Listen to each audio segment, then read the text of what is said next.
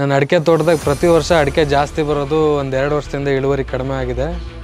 ಬೇರು ಹುಳ ಸರಿ ಮಾಡ್ಕೊಂಡ್ರೆ ಗಿಡ ಚೆನ್ನಾಗಿರ್ತೈತಿ, ಗಿಡ ಚೆನ್ನಾಗಿದ್ರೆ ನಿನಗೆ ಇಳುವರಿ ಬರ್ತೈತಿ ಅಂತೇಳಿ ಅವ್ರು ಹೇಳಿದರು. ಈ ಗರ್ಭ ಕಟ್ಟಕ್ಕಿಂತ 8-9 ತಿಂಗಳು ಮುಂಚೆನೇ ಗಿಡಕ್ಕೆ ನೀವು ಸರಿಯಾಗಿ ಪೋಷಕಾಂಶಗಳನ್ನು ಕೊಟ್ಟರೆ ಅವರು ಹೇಳಿದ್ರ ಮೇರೆಗೆ ನಾನು ಇವತ್ತು ನನ್ನ ತೋಟದಲ್ಲಿ ದಶಗವ್ಯ ಮತ್ತು ಪೋಷಕಾಂಶ ದ್ರವ್ಯನ ಮಾಡ್ತಾಯಿದ್ದೀನಿ. ಆದರೆ ಈ ವರ್ಷ ನಾನು ಒಂದು 40% ಅದಕ್ಕಿಂತ ಕಡಿಮೆ ಅಡಿಕೆನ ತಗೊಳ್ತಾ ಇದ್ದೀನಿ. ನನ್ನ ತೋಟದಲ್ಲಿ ಇಳುವರಿ ಕಡಿಮೆ ಆಗಿದೆ. ಒಂದು ಡ್ರಮ್ ಏನಿದೆ 60 ಟ್ರ್ಯಾಕ್ಟರ್ ಸಗಣಿ ಗೊಬ್ಬರದಷ್ಟು ಕೆಪಾಸಿಟಿಯನ್ನು ಕೊಡುತ್ತೆ. ಯಾವಾಗಲೂ ಮಜ್ಜಿಗೆ ಜಗತ್ತಿನ ಶ್ರೇಷ್ಠ ಶಿಲೀಂಧ್ರನಾಶಕ. ಅಲ್ಲಿ ನೀವು ಗೋಮೂತ್ರ ಅಂದರೆ 500 ಥರದ ಮೈಕ್ರೋಬ್ಸ್ ಇರುತ್ತೆ ಅದರೊಳಗೆ. ಇನ್ನು ಜಿಂಕ್ ಬೇಕು ಅನ್ನೋ ಕಾರಣಕ್ಕೆ ಬ್ಯಾಟ್ರಿ ವೇಸ್ಟ್ ಆಗಿರ್ತಕ್ಕಂಥ ಬ್ಯಾಟ್ರಿನ ಒಡೆದು ಅದನ್ನು ಇದರಲ್ಲಿ ಹಾಕಿರಲಾಗ್ತದೆ. ಆಹಾರನ ಹೊಂದಿರ್ತಾವೆ, ನಾವು ಆಹಾರಗಳನ್ನು ಭೂಮಿ ಕೊಡಬೇಕು ಅನ್ನೋ ಪಾತ್ರದೊಳಗೆ ಈ ಕೆಲಸ ಮಾಡೋದು. ಕಬ್ಬಿಣದ ಅಂಶಗಳು ಕಡಿಮೆ ಆದಾಗ ಗಿಡಗಳು ಹಳದಿ ಆಗ್ತಕ್ಕಂಥದ್ದು ನಡೆಯುತ್ತೆ. ನಂತರ ಏನು ಬೂದಿ ನಾವು ಹಾಗೆ ಹೇಳಿದ್ವಲ್ಲ, ಬೂದಿ ಯಾವುದಾದ್ರೂ ನಡೆಯುತ್ತೆ. ಇದು ಸ್ಮಶಾನದ ಬೂದಿ. ಇದು ಯಾವುದೇ ವಸ್ತುನ ನೀವು ಸುಡ್ರಿ, ಅದರಲ್ಲಿ ಯಾವುದೇ ನ್ಯೂಟ್ರಿಯೆಂಟ್ ಹಾಳಾಗಲ್ಲ. 200 ಲೀಟ್ರ್ ನೀರಿನಲ್ಲಿ 40 ಲೀಟ್ರ್ ಸೇರಿಸಿ ಚೆನ್ನಾಗಿ ಕೈಯಾಡಿ ಪ್ರತಿ ಗಿಡಕ್ಕೆ 1.5 ಅಡಿ ದೂರದಲ್ಲಿ ಇದನ್ನು ಹಾಕಿದರೆ 16,000 ರೂಪಾಯಿ ಇಲ್ಲಿ ಅಂದರೆ 10 ಡ್ರಮ್ ರೆಡಿ ಆಗುತ್ತೆ. ನೀವು ಅರ್ಥ ಮಾಡಿಕೊಡ್ರಿ, 1 ಡ್ರಮ್ ಅಂದರೆ 60 ಟ್ರ್ಯಾಕ್ಟರ್ ಸಗಣಿ ಗೊಬ್ಬರ ರೆಡಿ ಆದಂಗೆ ಇದು. ಅವರು 3 ವರ್ಷ ನನಗೆ ಕಂಪ್ಲೀಟಾಗಿ ಈ ತೋಟ ನಾನು ಹೇಳ್ದಂಗೆ ಮಾಡಿರಿ. ನನ್ನ ಮಾರ್ಗದರ್ಶನ ಏನಿರುತ್ತೆ ಅದನ್ನು ಕಟ್ಟುನಿಟ್ಟಾಗಿ ನೀವು ಮಾಡಿರಿ. ನಿಮ್ಮ ತೋಟನ 100% ರಿಸಲ್ಟ್ ಜೊತೆಗೆ ನೀವು ಬರೀ ಹೆಲ್ದಿ ಅಡಿಕೆ ಗಿಡ ಅಷ್ಟೇ ಅಲ್ಲ, ಎಕರೆಗೆ 100 ಕ್ವಿಂಟಲ್ ಅಡಿಕೆ ದಾಟಿಸ್ತೇನೆ ನಾನು ಅಂಥೇಳಿ ನನಗೊಂದು ಮಾತನ್ನು ಕೊಟ್ಟರು. ಅದನ್ನು ಸೇರಿ ನಂದು 28-29 ಲಕ್ಷದ ಅಡಿಕೆ ಆಗಿತ್ತು 13 ಎಕರೆಗೆ. ನಾನು ಎಲ್ಲ ಸೇರಿ 8 ಎಕರೆಗೆ ನಮಗೆ ಒಂದು 400 ಕ್ವಿಂಟಲ್ ಅಡಿಕೆ ಬರ್ಬೋದೇನೋ ಅಂಥೇಳಿ ನಾನು ಅಂದಾಜು ಇಟ್ಕೊಂಡಿದ್ದೆ. 2ನೇ ಕೊಯ್ಲಿಗೆ ನಮಗೆ ಅಲ್ಲೇ 560-570 ಕ್ವಿಂಟಲ್ ದಾಟಿ ಹೋಗ್ಬಿಟ್ಟೇವೆ. ಸಚಿನ್ ಸರ್ 3 ವರ್ಷ ಕೇಳಿದ್ರು 800 ಕ್ವಿಂಟಲ್ 8 ಎಕರೆಗೆ ಅಡಿಕೆ ಕೊಡೋಕ್ಕೆ. ಆದರೆ ಅವ್ರು ಹೇಳಿದ ಕೆಲಸ ಮಾಡಿದ್ದಕ್ಕೆ ನನಗೆ ಒಂದೇ ವರ್ಷದಲ್ಲಿ 100 ಕ್ವಿಂಟಲ್ ಹಸಿ ಅಡಿಕೆ 1 ಎಕರೆಗೆ ಸರಿಸಮ ಅಂದಾಜು ಸಿಕ್ಕಿದೆ.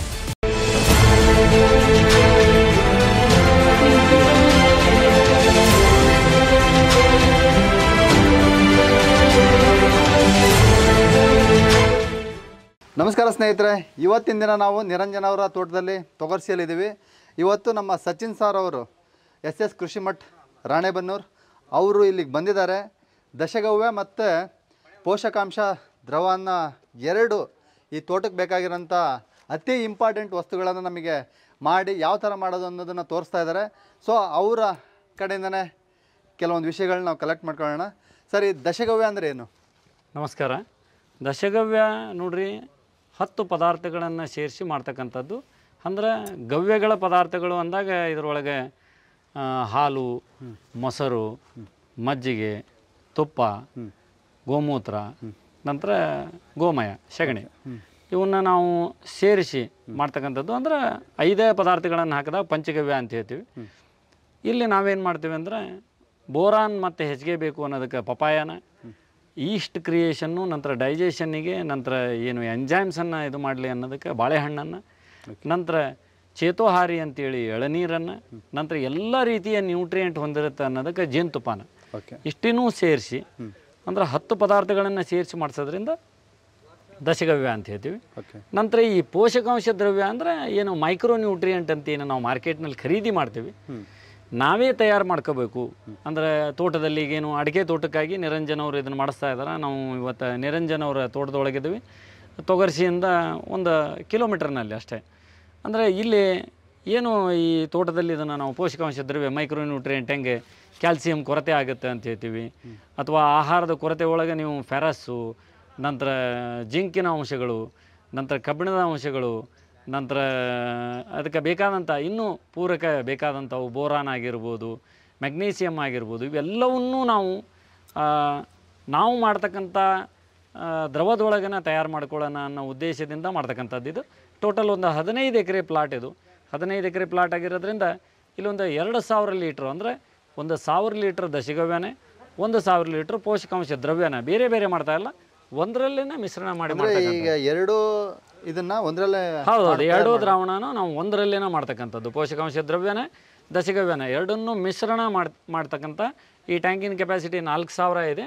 ನಾವು ಇದರಲ್ಲಿ ಅರ್ಧ ಟ್ಯಾಂಕಿನಲ್ಲಿ ಈಗೆಲ್ಲ ಇದರಲ್ಲಿ ಪಪಾಯ ಹಣ್ಣು ಪೇಸ್ಟ್ ಮಾಡಿ ಹಾಕಿರ್ತಕ್ಕಂಥದ್ದು ಇದು. ನಂತರ ಈಗ ಆಲ್ರೆಡಿ ಬೆಲ್ಲನೂ ಇದರಲ್ಲಿ ಹಾಕಿದ್ದಿದೆ. ಅಲ್ಲಿ ಪಕ್ಕಕ್ಕಿರೋ ಡ್ರಮ್ ಏನಿದೆ ಗೋಮೂತ್ರದಿದೆ, ಹಾಲನ್ನು ತರಲಾಗಿದೆ, ಮೊಸರನ್ನು ತರಲಾಗಿದೆ, ನಂತರ ಮಜ್ಜಿಗೆ ತರಲಾಗಿದೆ, ತುಪ್ಪನ ಈಗ ಸಗಣಿಯಲ್ಲಿ ಮಿಶ್ರಣ ಮಾಡಿ ಇಡಲಾಗಿದೆ.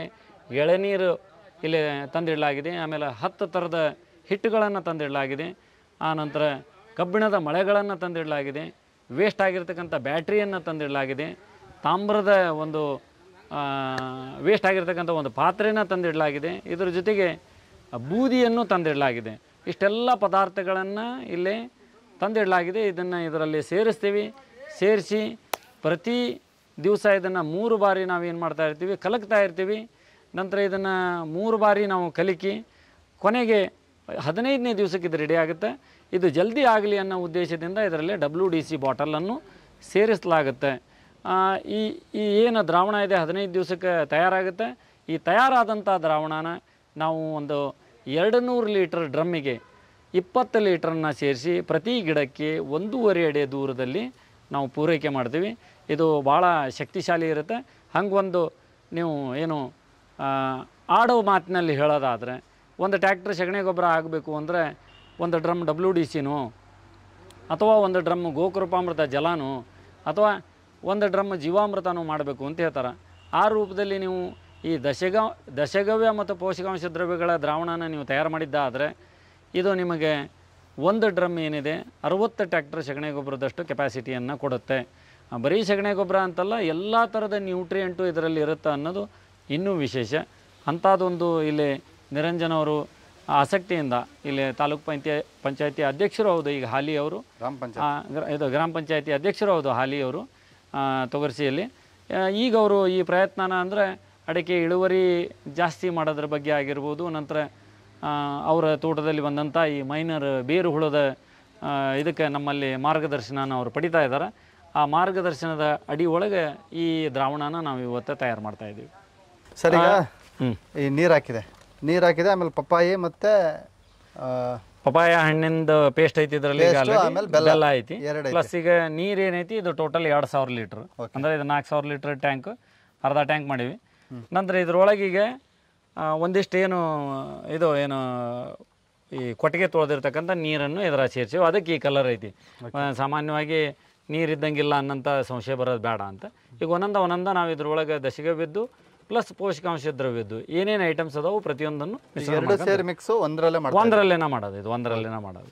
ಈಗ ಫಸ್ಟ್ ದಶಗವ್ಯದ್ದು ಏನೇನು ಬೇಕೋ ಅದನ್ನ ಹಾಕ್ಬಿಡಿ, ಓಕೆನಾ? ಅಂದ್ರೆ ಈಗ ಬೇರೆ ಮಾಡ್ಕೊಳ್ಳಿದ್ರೆ ಅದನ್ನ ಸಪ್ರೇಟ್ ಮಾಡ್ಕೊಬೋದು, ಕೂಡಿಸ್ಬೇಕಾದ್ರೆ ಮಾಡ್ಬೋದು ಏನು. ಸೊ ಆ ದೃಷ್ಟಿಯಿಂದ ಫಸ್ಟ್ ದಶಗವ್ಯದ್ದು ಏನೇನು ಬೇಕು ಅಂತ ಹೇಳ್ತಾರೆ. ಸೊ ಅದನ್ನ ಯಾರಾದ್ರೂ ಮಾಡೋರಿದ್ರೆ ನೋಟ್ ಮಾಡ್ಕೊಳ್ಳಿ. ಸರ್, ಈಗ ಮೊದಲು ಏನು ಹಾಕ್ತೀರಾ? ಈಗ ಗೋಮೂತ್ರ ಫಸ್ಟ್. ಓಕೆ, ಗೋಮೂತ್ರ ಹಾಕಿ. ಗೋಮೂತ್ರ ಟೋಟಲ್ ಎಷ್ಟು ಲೀಟರ್ ಆಗ್ತಾ ಇದೆ ಸರ್? ಇದು ಟೋಟಲ್ ನೋಡ್ರಿ, ಒಂದು ಡ್ರಮ್ ಮಾಡಕ್ಕೆ ನಿಮಗೆ ಗೋಮೂತ್ರ 10 ಲೀಟರ್ ಸಾಕು. ಇದು ನಮ್ಮಲ್ಲೇ ನಾವು ಟೋಟಲ್ ಇದನ್ನು 10 ಡ್ರಮ್ಮು ಟೋಟಲ್ ಮಾಡ್ತಾ ಇದ್ವಿ. ಹಿಂಗಾಗಿ ನಾವು ಟೋಟಲ್ನಲ್ಲಿ ಹಾಕ್ತಾ ಇದ್ವಿ. ಒಂದು ಬ್ಯಾರೆಲ್ ಮಾಡಕ್ಕೆ 10 ಲೀಟರ್ ಗೋಮೂತ್ರ, ಟೋಟಲ್ ಒಂದು 50 ಲೀಟರ್ ಆಗ್ತಾ ಇದ್ರಿ ಇದಕ್ಕೆ. ಗೋಮೂತ್ರ ಆಯ್ತು. ಸಗಣಿ, ಇದನ್ನು ನಿಯಮಕ್ಕೆ ಸಗಣಿ ತೋರಿಸ್ತಾ ಇದ್ದೀವಿ ನಾವು. ಸಗಣಿನ ತುಪ್ಪ ಕಲಿಸಿಟ್ಟಿದೆ, ಇದು 3 ದಿವಸದ ನಂತರ ಹಾಕ್ತೀವಿ. ಇವತ್ತು ಹಂಗೆ ನಿಯಮದ ಪೂರ್ತಿಗೆ ಸಗಣಿಯನ್ನು ಹಾಕ್ತಾ ಇದ್ವಿ. ಸಗಣಿ ಎಷ್ಟು? 50 kg ಸಗಣಿ 10 ಕಿಲೋ 1 ಡ್ರಮ್ಮಿಗೆ. ಓಕೆ, ಈಗ ಇದಕ್ಕೆ 50 ಕಿಲೋ ಹಾಕ್ತೀವಿ. 5 ಡ್ರಮ್ಮಿನ ಲೆಕ್ಕಕ್ಕೆ. ಈಗ ನೆಕ್ಸ್ಟ್ ಯಾವ್ದು ಸರ್? ಈಗ ನೆಕ್ಸ್ಟ್ ಮೊಸರಲ್ಲ ಅದು? ಮೊಸರು. ನೆಕ್ಸ್ಟ್ ಮೊಸರು ಎಷ್ಟು ಲೀಟ್ರ್ ಒಟ್ಟು? ಮೊಸರು 3 ಲೀಟ್ರ್ 1 ಡ್ರಮ್ಮಿಗೆ. ಇಲ್ಲಿ 3 5 15 ಲೀಟ್ರ್. ಈಗ ಹಾಲು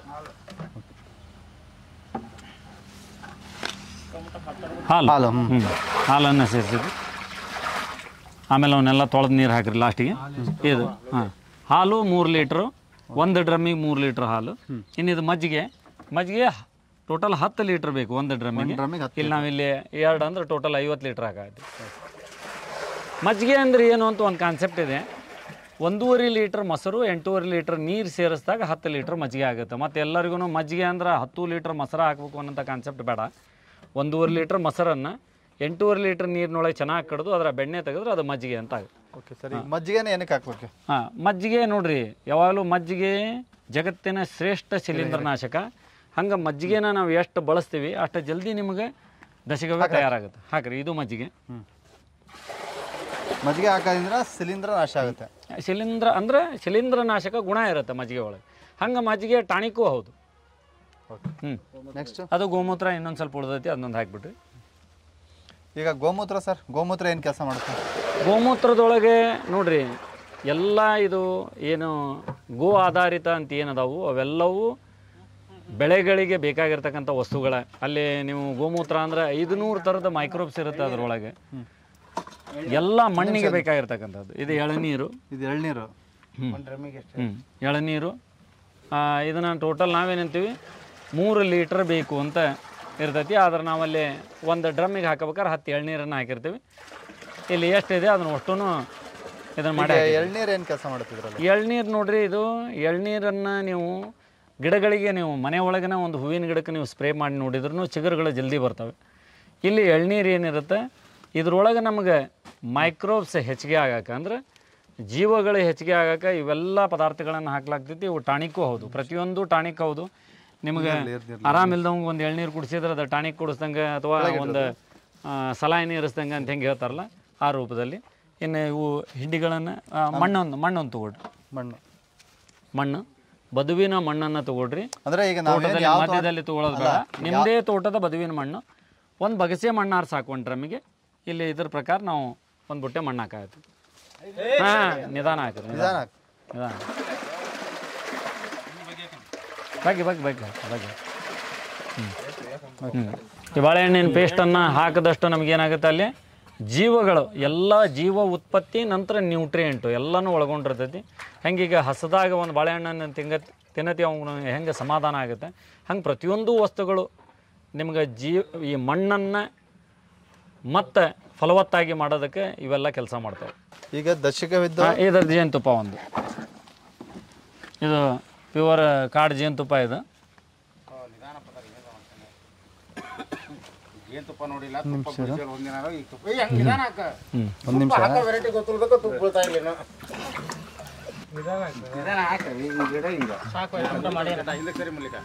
ಈಗ ಪೋಷಕಾಂಶ ದ್ರವ್ಯಕ್ಕೆ ಏನೇನು ಐಟಮ್ಗಳು ಬೇಕು? ಪೋಷಕಾಂಶ ದ್ರವ್ಯಕ್ಕೆ ಬೇಕಾಗಿರ್ತಕ್ಕಂಥ ವಸ್ತುಗಳು 3 ಏಕದಳ ಧಾನ್ಯದ್ದು 2 ಕಿಲೋ ಹಿಟ್ಟು, 1 ಡ್ರಮ್ ಇದೆ 700 ಲೀಟರ್ ಡ್ರಮ್ನಲ್ಲಿ ಮಾಡೋದು. ನಂತರ ನಿಮಗೆ ಇದು ಏನು ದ್ವಿದಳ ಧಾನ್ಯದ ಹಿಟ್ಟು 2 ಕಿಲೋ, ಏಕದಳ ಧಾನ್ಯದ್ದು 2 ಕಿಲೋ ಅಂಥವು 3. ನಂತರ ಎಣ್ಣೆ ಕಾಳಿನೂ 3. ಆದರೆ ಎಣ್ಣೆ ಕಾಳಿನಲ್ಲಿ ಮಾತ್ರ 2 ಬೇಕೇ ಬೇಕು. ಒಂದು ಎಳ್ಳು, ಒಂದು ಸಾಸಿವೆ, ಇದು ಇರಲೇಬೇಕು. ಇಂಥವು 9 ಥರದ್ದು 2 ಕಿಲೋ ಹಿಟ್ಟಾಗಿರ್ತಾವೆ. ಆ ಹಿಟ್ಟನ್ನು ಹಾಕ್ತಕ್ಕಂಥದ್ದು. ಇದನ್ನು ನೀವು ಮಾಡೋವಾಗ ಏನು ಯಾವತ್ತೂ ಪೋಷಕಾಂಶ ದ್ರವ್ಯ ಮಾಡಬೇಕಾದ್ರೆ ನಾವೇನು ಮಾಡಿರ್ತೀವಿ ಅಂದರೆ ಮೊದಲೇ WDCಯನ್ನು ಅಲ್ಲೇ ನಾವು ತಯಾರು ಮಾಡ್ಕೊಂಡಿರ್ತೀವಿ, ಅದರಲ್ಲಿ ಹಾಕ್ತಿರ್ತೀವಿ. ಇದರಲ್ಲೇ ನಾವು ದಶಗವ್ಯ ಇರೋದ್ರಿಂದ ನಾವು ಡೈರೆಕ್ಟೇ ಹಾಕ್ತಾಯಿದ್ದೀವಿ, ಏನೂ ತೊಂದರೆ ಇಲ್ಲ. ಆಮೇಲೆ ಇಲ್ಲಿ ಏನಿರುತ್ತೆ ಇದರ ಜೊತೆಗೆ ಅಲ್ಲಿ ಫೆರಸ್ಸನ್ನು ಅಂದರೆ ಕಬ್ಬಿಣದ ಅಂಶ ಬೇಕು ಅನ್ನೋದಕ್ಕೆ 30 ನಾವು 3 ಇಂಚಿನ ಹೊಸ ಮಳೆಯನ್ನು ಹಾಕ್ತೀವಿ. ಜಂಗ್ ಹಿಡಿದಿರೋದು ನಡೆಯಂಗಿಲ್ಲ. ಇನ್ನು ಜಿಂಕ್ ಬೇಕು ಅನ್ನೋ ಕಾರಣಕ್ಕೆ ಬ್ಯಾಟ್ರಿ ವೇಸ್ಟ್ ಆಗಿರ್ತಕ್ಕಂಥ ಬ್ಯಾಟ್ರಿನ ಒಡೆದು ಅದನ್ನು ಇದರಲ್ಲಿ ಹಾಕಿರಲಾಗ್ತೈತಿ. ನಂತರ ಅದರೊಳಗೆ ಬೋರಾನ್ ಬೇಕು ಅನ್ನೋದಕ್ಕೆ ನಾವು ಮೊದಲೇ ಪಪಾಯ ಹಣ್ಣಿನ ಪೇಸ್ಟನ್ನು ಆಲ್ರೆಡಿ ಹಾಕಿದ್ದೀವಿ. ಇದರಲ್ಲಿ ನಾವು ದಶಗವ್ಯದಲ್ಲಿ ಬಾಳೆಹಣ್ಣಿನ ಪೇಸ್ಟ್ ಒಂದು ಉಳಿದೈತಿ. ನೀವು ಬಾಳೆಹಣ್ಣಿನ ಪೇಸ್ಟಲ್ಲಿ ಮಾಡಿದ್ರೆ ಅದು ಬಾಳೆಹಣ್ಣಿನ ಪೇಸ್ಟ್ ಒಂದು ತೊಗೊಂಬರಿ. ಬಾಳೆಹಣ್ಣಿನ ಪೇಸ್ಟ್ ಒಂದು ಉಳಿದೈತಿ. ನಂತರ ಇದರೊಳಗೆ ಒಂದು ತಾಮ್ರದ್ದು ಇದನ್ನು ಏನು ವೇಸ್ಟ್ ಆದಂಥ ಒಂದು ತಾಮ್ರದ ಕೊಡಪಾನೋ ಅಥವಾ ಒಂದು ಏನೋ ತಾಟ ಅಥವಾ ನೀವು ಹಳೆ ಯಾವುದಾದ್ರೂ ವೇಸ್ಟ್ ಆಗಿರ್ತಕ್ಕಂಥ ತಂತಿ ಇರುತ್ತಲ್ಲ ಆ ತಂತಿನೂ ನೀವು ಹಾಕ್ಬೋದು. ಇವಿಷ್ಟನ್ನು ಹಾಕಿದಾಗ ಎಲ್ಲ ರೀತಿಯ ಪೋಷಕಾಂಶಗಳು ಅದರೊಳಗೆ ಸಿಗ್ತವೆ. ಈಗ ಹಿಂಡಿಗಳನ್ನು ಹಾಕ್ತಾ ಬರೋಣ ಒಂದೊಂದು. ಏನು ಹಿಟ್ಟುಗಳು ಹಿಟ್ಟಿದ್ದೆ ಹಿಟ್ಟಿನ ಚೀಲ ಹಿಟ್ಟಿನ ಫಸ್ಟಿಗೆ ಬೂದಿ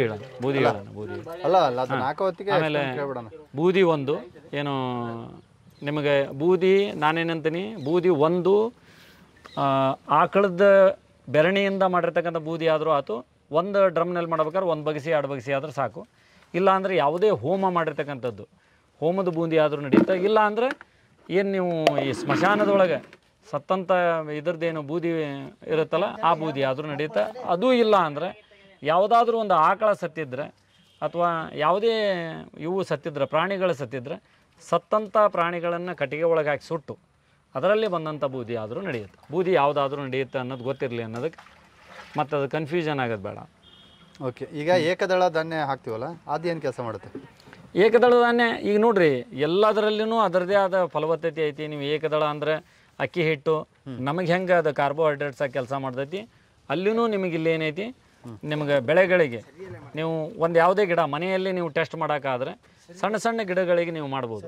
ಸಡನ್ನಾಗಿ ಯಾವುದೇ ಗಿಡಗಳು ನಿಮಗಲ್ಲೇ ಫಲ ಬರ್ತಾ ಇಲ್ಲ, ಫಲವತ್ತಾಗಿಲ್ಲ ಅಂದರೆ ಒಂದಿಷ್ಟು ಗೋಧಿ ಹಿಟ್ಟು ಪ್ಲಸ್ ಅದಕ್ಕೆ ಒಂದಿಟ್ಟು ಹಾಲನ್ನು ಮಿಶ್ರಣ ಮಾಡಿ ನೀವು ಒಂದು 3 ದಿವಸ ಇಟ್ಟು ಅದನ್ನು ಯಾವುದಾದ್ರೂ ಗಿಡಕ್ಕೆ ಹಾಕಿರಿ 15 ದಿವಸದಲ್ಲಿ ಅದು ಒಳ್ಳೆ ಚಿಗುರನ್ನು ತೊಗೊತೈತಿ.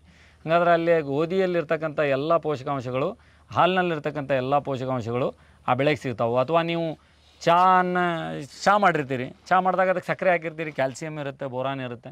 ನಂತರ ಹಾಲನ್ನು ಹಾಕಿರ್ತೀರಿ, ಅದರಲ್ಲೂ ಕ್ಯಾಲ್ಸಿಯಂ ಯಥೇಚ್ಛವಾಗಿರುತ್ತೆ.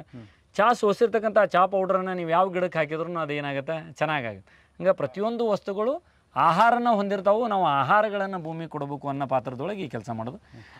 ಇದರಲ್ಲಿ ಈಗ 3 ಮಿಕ್ಸ್ ಇದೆ.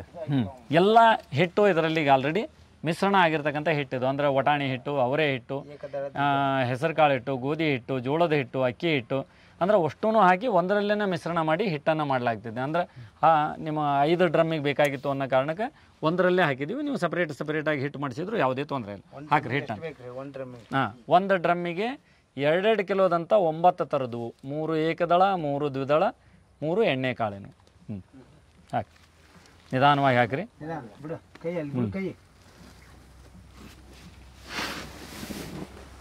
ಆಮೇಲೆ ಇದನ್ನು ಚೆನ್ನಾಗಿ ಕೈ ಆಡಬೇಕು. ಇದು ಮಿಶ್ರಣ ಆಗಬೇಕು. ಇದನ್ನು ಬೇಕಾದ್ರೆ ನೀವು ಬಕೆಟ್ನೊಳಗನ ದ್ರಾವಣ ಮಾಡಿ ಹಾಕಿದ್ರಿ, ತೊಂದರೆ ಇಲ್ಲ. ಇದರಲ್ಲಿ ನಾವು WDC ಹಾಕ್ತೀವಿ. ಆಮೇಲೆ ಇದೆಲ್ಲ ಚೆನ್ನಾಗಿ ಮಿಶ್ರಣ ಆ ಹಿಂಡಿಗಳನ್ನು ಹಾಕಿರಿ. ಹಾಂ ಹಾಕಿರಿ. ಅವು ಎಲ್ಲ ಎಣ್ಣೆ ಕಾಳಿನವು, ಹತ್ತಿ ಕಾಳು ಹಿಂಡಿ, ನಂತರ ಶೇಂಗಾ ಹಿಂಡಿ, ಇದು ಕುಸುಬೆ ಹಿಂಡಿ ಹಾಕಿಬಿಡ್ರಿ.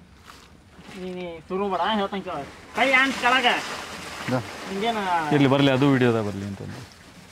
ಆತ ಮತ್ತೇನು ಉಳಿದು ಇದು ಬೂದಿ ಒಂದು ಉಳಿತು. ಆಮೇಲೆ ಕಬ್ಬಿಣದ ಮಳೆ ತೊಗೊಂಬರ್ರಿ. ಕಬ್ಬಿಣದ ಮಳೆ ಹಾಕಿರಿ, ಹರಡಿ ಹಾಕಿರಿ. ಕಬ್ಬಿಣದ ಮಳೆ ಏನು ವರ್ಕ್ ಮಾಡುತ್ತೆ? ಈಗ ಹೆಂಗೆ ನಾವು ಫೆರಸ್ ಸಲ್ಫೇಟನ್ನು ಯೂಸ್ ಮಾಡ್ತೀವಿ. ಕಬ್ಬಿಣದ ಅಂಶಗಳು ಕಡಿಮೆ ಆದಾಗ ಗಿಡಗಳು ಹಳದಿ ಆಗ್ತಕ್ಕಂಥದ್ದು ನಡೆಯುತ್ತೆ. ನೀವು ಈಗೆಲ್ಲ ಶುಂಠಿ ಬೆಳೀತಕ್ಕಂಥವ್ರು ಈ ವರ್ಷ ಎಲ್ಲರೂ ಆ ಪ್ರಾಬ್ಲಮನ್ನು ನೋಡ್ಯಾರ. ಇನ್ನು ಅಡಿಕೆ ಗಿಡಗಳು ಬೇಸಿಗೆಯಲ್ಲಿ ಹಳದಿ ಆಗೋದನ್ನು ಇವರೆಲ್ಲ ನೋಡಿರ್ತಾರೆ. ಆ ಹಳದಿ ಆಗ್ತಕ್ಕಂಥದ್ದು ಏನೈತಿ, ಅದು ಕಬ್ಬಿಣದ ಕೊರತೆ. ಹಾಗೂ ನೀನು ಗರ್ಭಿಣಿ ಹೆಂಗಸು ಯಾವಾಗ ಗರ್ಭಿಣಿ ಆಗಿರ್ತಾಳೋ ಆವಾಗ ಅಲ್ಲಿ ಅವಳ ಫೇಸು ವೈಟ್ ಆದಾಗ ಎನಿಮಿಕ್ ಅಂತ ಹೇಳ್ತಾರೆ, ಕಬ್ಬಿಣದ ಕೊರತೆ ಐತಿ ಅಂತ ಹೇಳ್ತಾರೆ. ಆಟೋಮೆಟಿಕಲ್ಲಿ ನಿಮ್ಗೆ ಗೌರ್ಮೆಂಟ್ ಹಾಸ್ಪಿಟಲ್ನೊಳಗೆ ಏನು ಮಾಡ್ತಾರೆ, ಅವ್ರಿಗೆ ಖರೀದಾದ ಒಂದು ಕ್ಯಾಪ್ಸೂಲನ್ನು, ಕಬ್ಬಿಣದ ಇದನ್ನು ಕೊಡ್ತಾರೆ. ಹಂಗನೆ ಕಬ್ಬಿಣದ ಅಂಶ ಹೊನಗನಿ ಸಪ್ನಲ್ಲಿ ಹೆಂಗೆ ಸಿಗುತ್ತೆ ಅಂತ ನಾವು ಮಾತಾಡ್ತೀವಿ. ನೇರವಾಗಿ ನಾವು ಕಬ್ಬಿಣದ ಇದನ್ನು ಅದಿರನ್ನು ತಂದು ಭೂಮಿಯಿಂದ ಹಾಕೋಕ್ಕಾಗಲ್ಲ ಅನ್ನೋದಕ್ಕೆ ಹೊಸ ಮಳೆಗಳನ್ನು ಹಾಕಿರಿ. ಜಂಗ್ ಹಿಡ್ದಿರ್ತಾವಂತ ಹಾಕಿರ್ಬಾರ್ದು ಅಷ್ಟೇ. ಸುತ್ತಲೂ ಅಲ್ಲೆಲ್ಲ ಹಾಕಿ.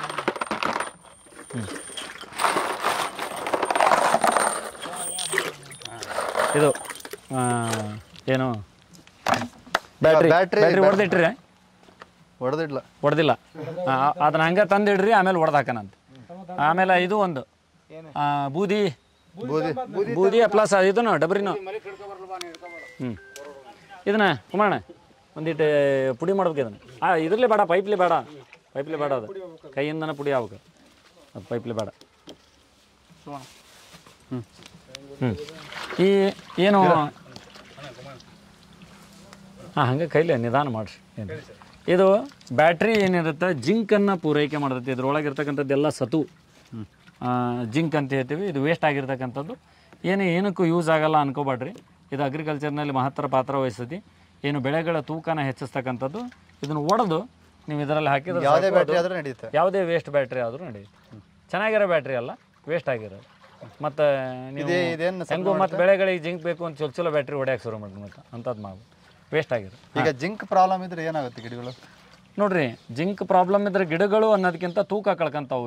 ಯಾವುದೇ ಬೆಳೆ ಇರಲಿ ತೂಕ ಕಳ್ಕೊಂತೈತಿ. ಹಾಗೂ WHO ನಾರ್ಮ್ಸ್ ಪ್ರಕಾರ, ವರ್ಲ್ಡ್ ಹೆಲ್ತ್ ಆರ್ಗನೈಜೇಷನ್ನಲ್ಲಿ ಹಿಂಗೊಂದು ಮಾತು ಹೇಳ್ತಾರೆ. ಏನು ಅಂದರೆ, ಯಾವ ಬೆಳೆ ಒಳಗೆ ಅಂದ್ರೆ ಯಾವ ಅನ್ನದೊಳಗೆ, ಜೋಳದೊಳಗೆ, ಅಕ್ಕಿ ಒಳಗೆ, ಇದ್ರೊಳಗೆ ಜಿಂಕ್ ಕಡಿಮೆ ಇರ್ತೈತಿ. ಅಂಥ ಜಿಂಕ್ ಕಡಿಮೆ ಇರ್ತಕ್ಕಂಥ ಆಹಾರನ ಗರ್ಭಿಣಿ ಹೆಂಗಸ ಏನಾದರೂ ಊಟ ಮಾಡಿದರೆ ಹುಡ್ತಕ್ಕಂಥ ಮಕ್ಕಳ ಬುದ್ಧಿಮಾಂದ್ಯ ಹುಡ್ತಾರ ಅಂತ.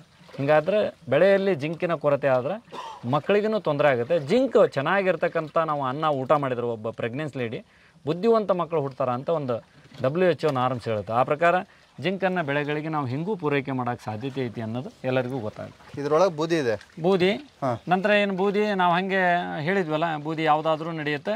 ಇದು ಸ್ಮಶಾನದ ಬೂದಿ ಇದೆ, ಸ್ಮಶಾನದಲ್ಲಿ ಸಿಕ್ಕತಿ. ಹಿಂಗಾಗಿ ಇದನ್ನು ತಂದಾರ. ಪ್ಲಸ್ ಈ ಪಾತ್ರೆ, ಇದು ಏನು COC ಆಕ್ಸಿಕ್ಲೋರೈಡ್ ಅನ್ನು ಹಿಂಗೆ ಈ ಪಾತ್ರೆಯನ್ನು ಒಳಗೆ ಹಾಕ್ಬೇಕಾ? ಈ ಪಾತ್ರೆನ ಒಳಗೆ ಹೋಗೋದು. ಬೂದಿನ ಸುರುರಿ ಪಾತ್ರೆನ ಹಂಗೆ ಡೈರೆಕ್ಟ್ ಹಾಕಿ ಬೂದಿ ಸುರಿ ಹಾಕಿ. ಡ್ರಮ್ನಲ್ಲಿ ಮಾಡುವಾಗ ಒಂದು ಸಣ್ಣ ಲೋಟ ಆದರೂ ಆಯಿತು, ಅಥವಾ ನಿಮ್ಮ ತಾಮ್ರದ ತಂತಿಗಳು ಒಂದು 1/4 kg ಅರ್ಧ kg ತಾಮ್ರದ ತಂತಿ ಏನು ಬ್ಯಾಟ್ರಿ ಇದ್ರದ್ದು ತಂತಿ ಇರುತ್ತಲ್ಲ ನಿಮ್ದು ಏನು ಈ ಮೋಟ್ರ್ ಇದರಲ್ಲಿ ಮೋಟ್ರ್ ವೈಂಡಿಂಗ್ನಲ್ಲಿ ವೇಸ್ಟ್ ಆಗಿರೋದನ್ನು ಏನು ಸುಟ್ಟು ತೆಗಿತೀರಿ, ತಂತಿ ಅದಾದರೂ ನಡೆಯುತ್ತೆ.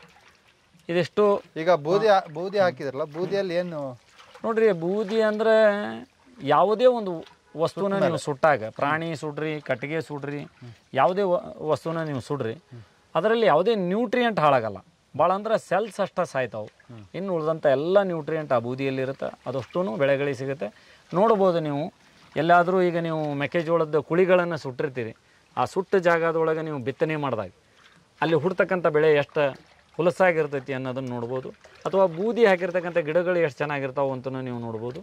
ಬೂದಿ ಮಣ್ಣನ್ನು ಹಗರು ಮಾಡ್ತೈತಿ, ಪೊಟ್ಯಾಷ್ ಯಥೇಚ್ಛವಾಗಿರುತ್ತೆ, ಎಲ್ಲ ನ್ಯೂಟ್ರಿಯೆಂಟ್ ಅದರಲ್ಲಿ ಇರ್ತೈತಿ. ಹೀಗಾಗಿ ನೀವು 2-3 ಬಗೆಸೆ ಬೂದಿಯನ್ನು ಹಾಕ್ತಕ್ಕಂಥ ಅವಶ್ಯಕತೆ ಅಲ್ಲಿರ್ತೈತಿ. ಇವೆಲ್ಲ ಪದಾರ್ಥಗಳನ್ನು ಹಾಕಿವಿ. 15 ದಿವಸಕ್ಕೆ ಇದು ರೆಡಿ ಆಗುತ್ತೆ. ಈ ರೆಡಿ ಆದಂಥ ದ್ರಾವಣನ 200 ಲೀಟ್ರ್ ನೀರಿನಲ್ಲಿ 40 ಲೀಟ್ರ್ ಸೇರಿಸಿ ಚೆನ್ನಾಗಿ ಕೈಯಾಡಿ ಪ್ರತಿ ಗಿಡಕ್ಕೆ 1.5 ಅಡಿ ದೂರದಲ್ಲಿ ಇದನ್ನು ಹಾಕಿದರೆ ಅವರು ಅಡಿಕೆ ತೂಕ, ಅಡಿಕೆ ಚೆನ್ನಾಗಿ ಆಗೋದ್ರ ಬಗ್ಗೆ, ಬೇರುಗಳು ಚೆನ್ನಾಗಿ ಬರೋದ್ರ ಬಗ್ಗೆ, ನಂತರ ಇಳುವರಿ ಬಗ್ಗೆ, ಇನ್ನು ಹರಳುಗಳು ಉದುರೋದನ್ನು ಕಂಟ್ರೋಲ್ ಮಾಡೋದ್ರ ಬಗ್ಗೆ ಎಲ್ಲ ಕೆಲಸಗಳನ್ನು ಇದರಲ್ಲಿ ಮಾಡ್ಬೋದು.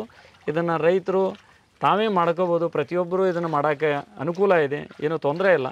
ಇವಿಷ್ಟು ಪದಾರ್ಥಗಳನ್ನು ಸೇರಿಸ್ಬೇಕು ಅಂದಾಗ ಮನುಷ್ಯನಲ್ಲಿ ಏನಾಗುತ್ತೆ, ಹಂಗೆ ಮೋಸ್ಟ್ಲಿ ಇದೆಲ್ಲದು ಸೇರಿಸಿದ್ರಲ್ಲ ನಿರಂಜನ್ ಅವರ ಖರ್ಚು ಎಷ್ಟು ಬಂತು? ಇದು 16,000 ಆಯ್ತು. 16,000 ರೂಪಾಯಿ ಇಲ್ಲಿ ಅಂದರೆ 10 ಡ್ರಮ್ ರೆಡಿ ಆಗುತ್ತೆ. ನೀವು ಅರ್ಥ ಮಾಡಿಕೊಡ್ರಿ, 1 ಡ್ರಮ್ ಅಂದ್ರೆ 60 ಟ್ರ್ಯಾಕ್ಟರ್ ಸಗಣಿ ಗೊಬ್ಬರ ರೆಡಿ ಆದಂಗೆ. ಇದು ಅಷ್ಟು ಪವರ್ ಇದರಲ್ಲಿ ಇರುತ್ತೆ. ಇಂಥದ್ದು 16,000 ರೂಪಾಯಿ ಖರ್ಚು ಮಾಡ್ಯಾರ ಅವರು. 15 ಎಕರೆ ಇದೆ. 1 ಎಕರೆಗೆ 1,000 ಖರ್ಚು ಮಾಡ್ದಂಗೆ ಆಯಿತು. ಇನ್ನು ನೀವು ಏನು ತುಪ್ಪ ಹಾಕೀವಿ ಅಂದರು ನೋಡುವಾಗ ಏನಾಗುತ್ತೆ, ಅದು ಜನರಿಗೆ ಬೇರೆ ವಿರೋಧಕ್ಕೆ ಬೇಡ. ಇದು ವಿರೋಧಕ್ಕಲ್ಲ. ನಮ್ಮ ತೋಟದಲ್ಲಿ ನಾವು ಚೆನ್ನಾಗಿ ಇಳುವರಿ ಮಾಡೋದಕ್ಕೆ ಹೆಂಗೆ ನಾವು ತಿನ್ನಲಿಕ್ಕೆ ಒಳ್ಳೊಳ್ಳೆಯದನ್ನು ಬಯಸ್ತೀವಿ, ಬೆಳೆಗಳಿಗೂ ಹಂಗೆ ಒಳ್ಳೊಳ್ಳೆ ಆಹಾರ ಬೇಕಷ್ಟೇ. ನೀವು ಮುಂದುವರೆದು ಇದನ್ನು ಹೀಗೆ ಮಾಡ್ತಾ ಹೋದರೆ ಒಂದು 2-3 ವರ್ಷ ನೀವು ಚೆನ್ನಾಗಿ ಇದನ್ನು ಮಾಡಿದರೆ 20 ವರ್ಷದ್ದು ನಿಮ್ಮ ಭೂಮಿ 20 ವರ್ಷದ ಹಿಂದೆ ಎಷ್ಟು ಫಲವತ್ತಿತ್ತು ಅಷ್ಟು ಫಲವತ್ತತೆ ಇದರಿಂದ ಪಡೆಯುತ್ತೆ. WDC ಒಂದು ಹಾಕೋದು ಉಳಿತು. WDC ಒಂದು ಮತ್ತು ಯಾವುದು WDC ಕವರಲ್ಲಿ ಬ್ಲಾಕ್ ಕವರ್ ಕೊಟ್ಟು ಎಲ್ಲ ಆದ್ವಲ್ಲ ಐಟಮ್ಸ್. ಬ್ಯಾಟ್ರಿದು ಒಂದು ಇದು ಉಳಿತು ಅಷ್ಟು. ಬ್ಯಾಟ್ರಿ ಒಂದು ಹಾಕ್ತಾರೆ. ಹಾಂ, ಎಳ್ಳು ಹಿಂಡಿ, ಎಳ್ಳಿಂದು ಶೇಂಗಾ ಹಿಂಡಿ ಹಾಕ್ರಿ. ಎಳ್ಳು ಹಿಂಡಿ, ಶೇಂಗಾ ಹಿಂಡಿ ತೊಗೊಳತ್ತೈತಲ್ಲ. ಹಾಂ, ಇದು ಎಳ್ಳು ಹಿಂಡಿ, ಶೇಂಗಾ ಹಿಂಡಿ ಮತ್ತು ಇದ್ರದ್ದೈತೆ ಅದ ಸಾಸಿವೆ, ಇದು ಸಾಸಿವೆ ಎಳ್ಳು ಮಿಕ್ಸ್ ಐತಿ. ಕೊಬ್ಬರಿ ಇದು. ಹಾಂ, ಕೊಬ್ಬರಿ ನೋ ಪ್ರಾಬ್ಲಮ್ ತೋ. ಹಾಂ, ನಿಧಾನ ಯಾವುದು? ಹಾಂ, WDC ಇಷ್ಟೇ. ಎಲ್ಲರ ಕೈಯಲ್ಲಿ ಒಂದೊಂದು WDC. ಬಳ್ಳಿಲೇ ಇದನ್ನು ಮಾಡಬೇಡ್ರಿ, ಒಂದು ಕಡ್ಡಿ ತೊಗೊರಿ ಅಲ್ಲೇ ಪಕ್ಕಕ್ಕೆ. ಬಳ್ಳಿಯಿಂದ ಮುಟ್ಬೇಡ್ರಿ, ಮೈಕ್ರೋಬ್ಸ್ ಇರುತ್ತೆ ಅದ್ರಾಗ. ಎಲ್ಲರೂ ಒಂದೊಂದು ಡಬ್ಬಿ ತೊಗೊರಿ, ಬಳ್ಳಿಯಿಂದ ಹಾಕ್ಬೇಡ್ರಿ. ಒಂದು ಕಟ್ಟಿಗೆ ತೊಗೊರಿ, ಕಟ್ಟಿಗೆ ತೊಗೊಂಡು ಎಲ್ಲರೂ ಒಂದೊಂದು, ಅಂದ್ರೆ ನೀವೆಲ್ಲರೂ ಇದ್ರ ಭಾಗವಹಿಸಿದ್ರಿ ಅನ್ನಂಗೆ. ಸರ್, ಇದು WDC. ಇದು ನೋಡೋಕೆ ಇಷ್ಟ ಇದೆ. ಇದ್ರೊಳಗೆ ಏನಿರುತ್ತೆ? ಇದು ನೋಡ್ರಿ, ಇದು ಜೀವಗಳ ಸಮುಚ್ಚಯ. ಇದು ಹೆಂಗೆ ಅಂದರೆ ಈಗ ನಾವೇನು ದಶಗವ್ಯ ತಯಾರು ಮಾಡತ್ತೀವಲ್ಲ, ಹಂಗೆ ಪಂಚಗವ್ಯ ಆಧಾರಿತನೇ ಇದನ್ನು ತಯಾರು ಮಾಡಿರ್ತಾರೆ. ಈ ಏನು ಗೋಮೂತ್ರ, ಸಗಣಿ ಅದರಿಂದನೇ ತಯಾರು ಮಾಡಿರ್ತಕ್ಕಂಥ ಮೈಕ್ರೋಬ್ಸ್ ಇದು. ಇದನ್ನು ನೀವು ಇದರಲ್ಲಿ ಹಾಕಿದಾಗ ಜೀವಾಣುಗಳ ಉತ್ಪತ್ತಿ ಜಾಸ್ತಿ ಆಗ್ತಾವೆ. ಅದರ ಸಲುವಾಗಿ ಅಂದ್ರೆ ಏನು, ಇದರಲ್ಲೇ ರೆಡಿ ಆಗುತ್ತೆ. ನಾವು ಇದು ಒಂದು ತಿಂಗಳಾನುಗಟ್ಟಲೆ ಹೋಗೋದು ಬೇಡ, 15 ದಿವಸಕ್ಕೆ ಇದು ರೆಡಿ ಆಗಲಿ ಅಂತ ನಮ್ದು 10 ಡ್ರಮ್ಮಿನ ಕೆಲಸ ಐತಿ. 10 ಡಬ್ಬಗಳನ್ನು ನಾವು ಹಾಕ್ತಾ ಇದೀವಿ ಇಷ್ಟ. ಮತ್ತೆ ಹಾಂ, ಅದು ಗ್ರಾಮ್ ವೈಸ್ ಏನು ಯೋಚನೆ ಮಾಡೋ ಅವಶ್ಯಕತೆ ಇಲ್ಲ. ಇದು ಹಾಕಿದ್ರೆ 1 ಡ್ರಮ್ ತಯಾರಾಗುತ್ತೆ. 200 litre drum. ಈಗೇನು ನೀವು WDC, ಜೀವಾಮೃತ, ಇದು ಗೋಕೃಪಾಮೃತ ಜಲ ಇವನ್ನೆಲ್ಲ ತಯಾರು ಮಾಡೋಂಥದ್ದು ಏನೈತಿ, ಜೀವಾಮೃತ ಮಾಡೋಂಥದ್ದು, ಆ ಕಾನ್ಸೆಪ್ಟ್ 1 ಡ್ರಮ್ಮಿನ ಕೆಪಾಸಿಟಿ 1 ಡಬ್ಬಿಗೆ ಅಂಥದ್ದು. ಈಗ ನಾವು 10 ಡ್ರಮ್ಮಿಂದ ನಾವು ದಶಗವ್ಯ ತಯಾರು ಮಾಡಿದ್ವಿ. ದಶಗವ್ಯ ಚೆನ್ನಾಗಿ ಜಲ್ದಿ ಆಗಲಿ ಅನ್ನೋದಕ್ಕೆ ಇದನ್ನು ಹಾಕ್ತಾ ಇದ್ದೀವಿ ಬಿಟ್ರೆ ಮತ್ತೆ ಬೇರೆ ಏನೇ.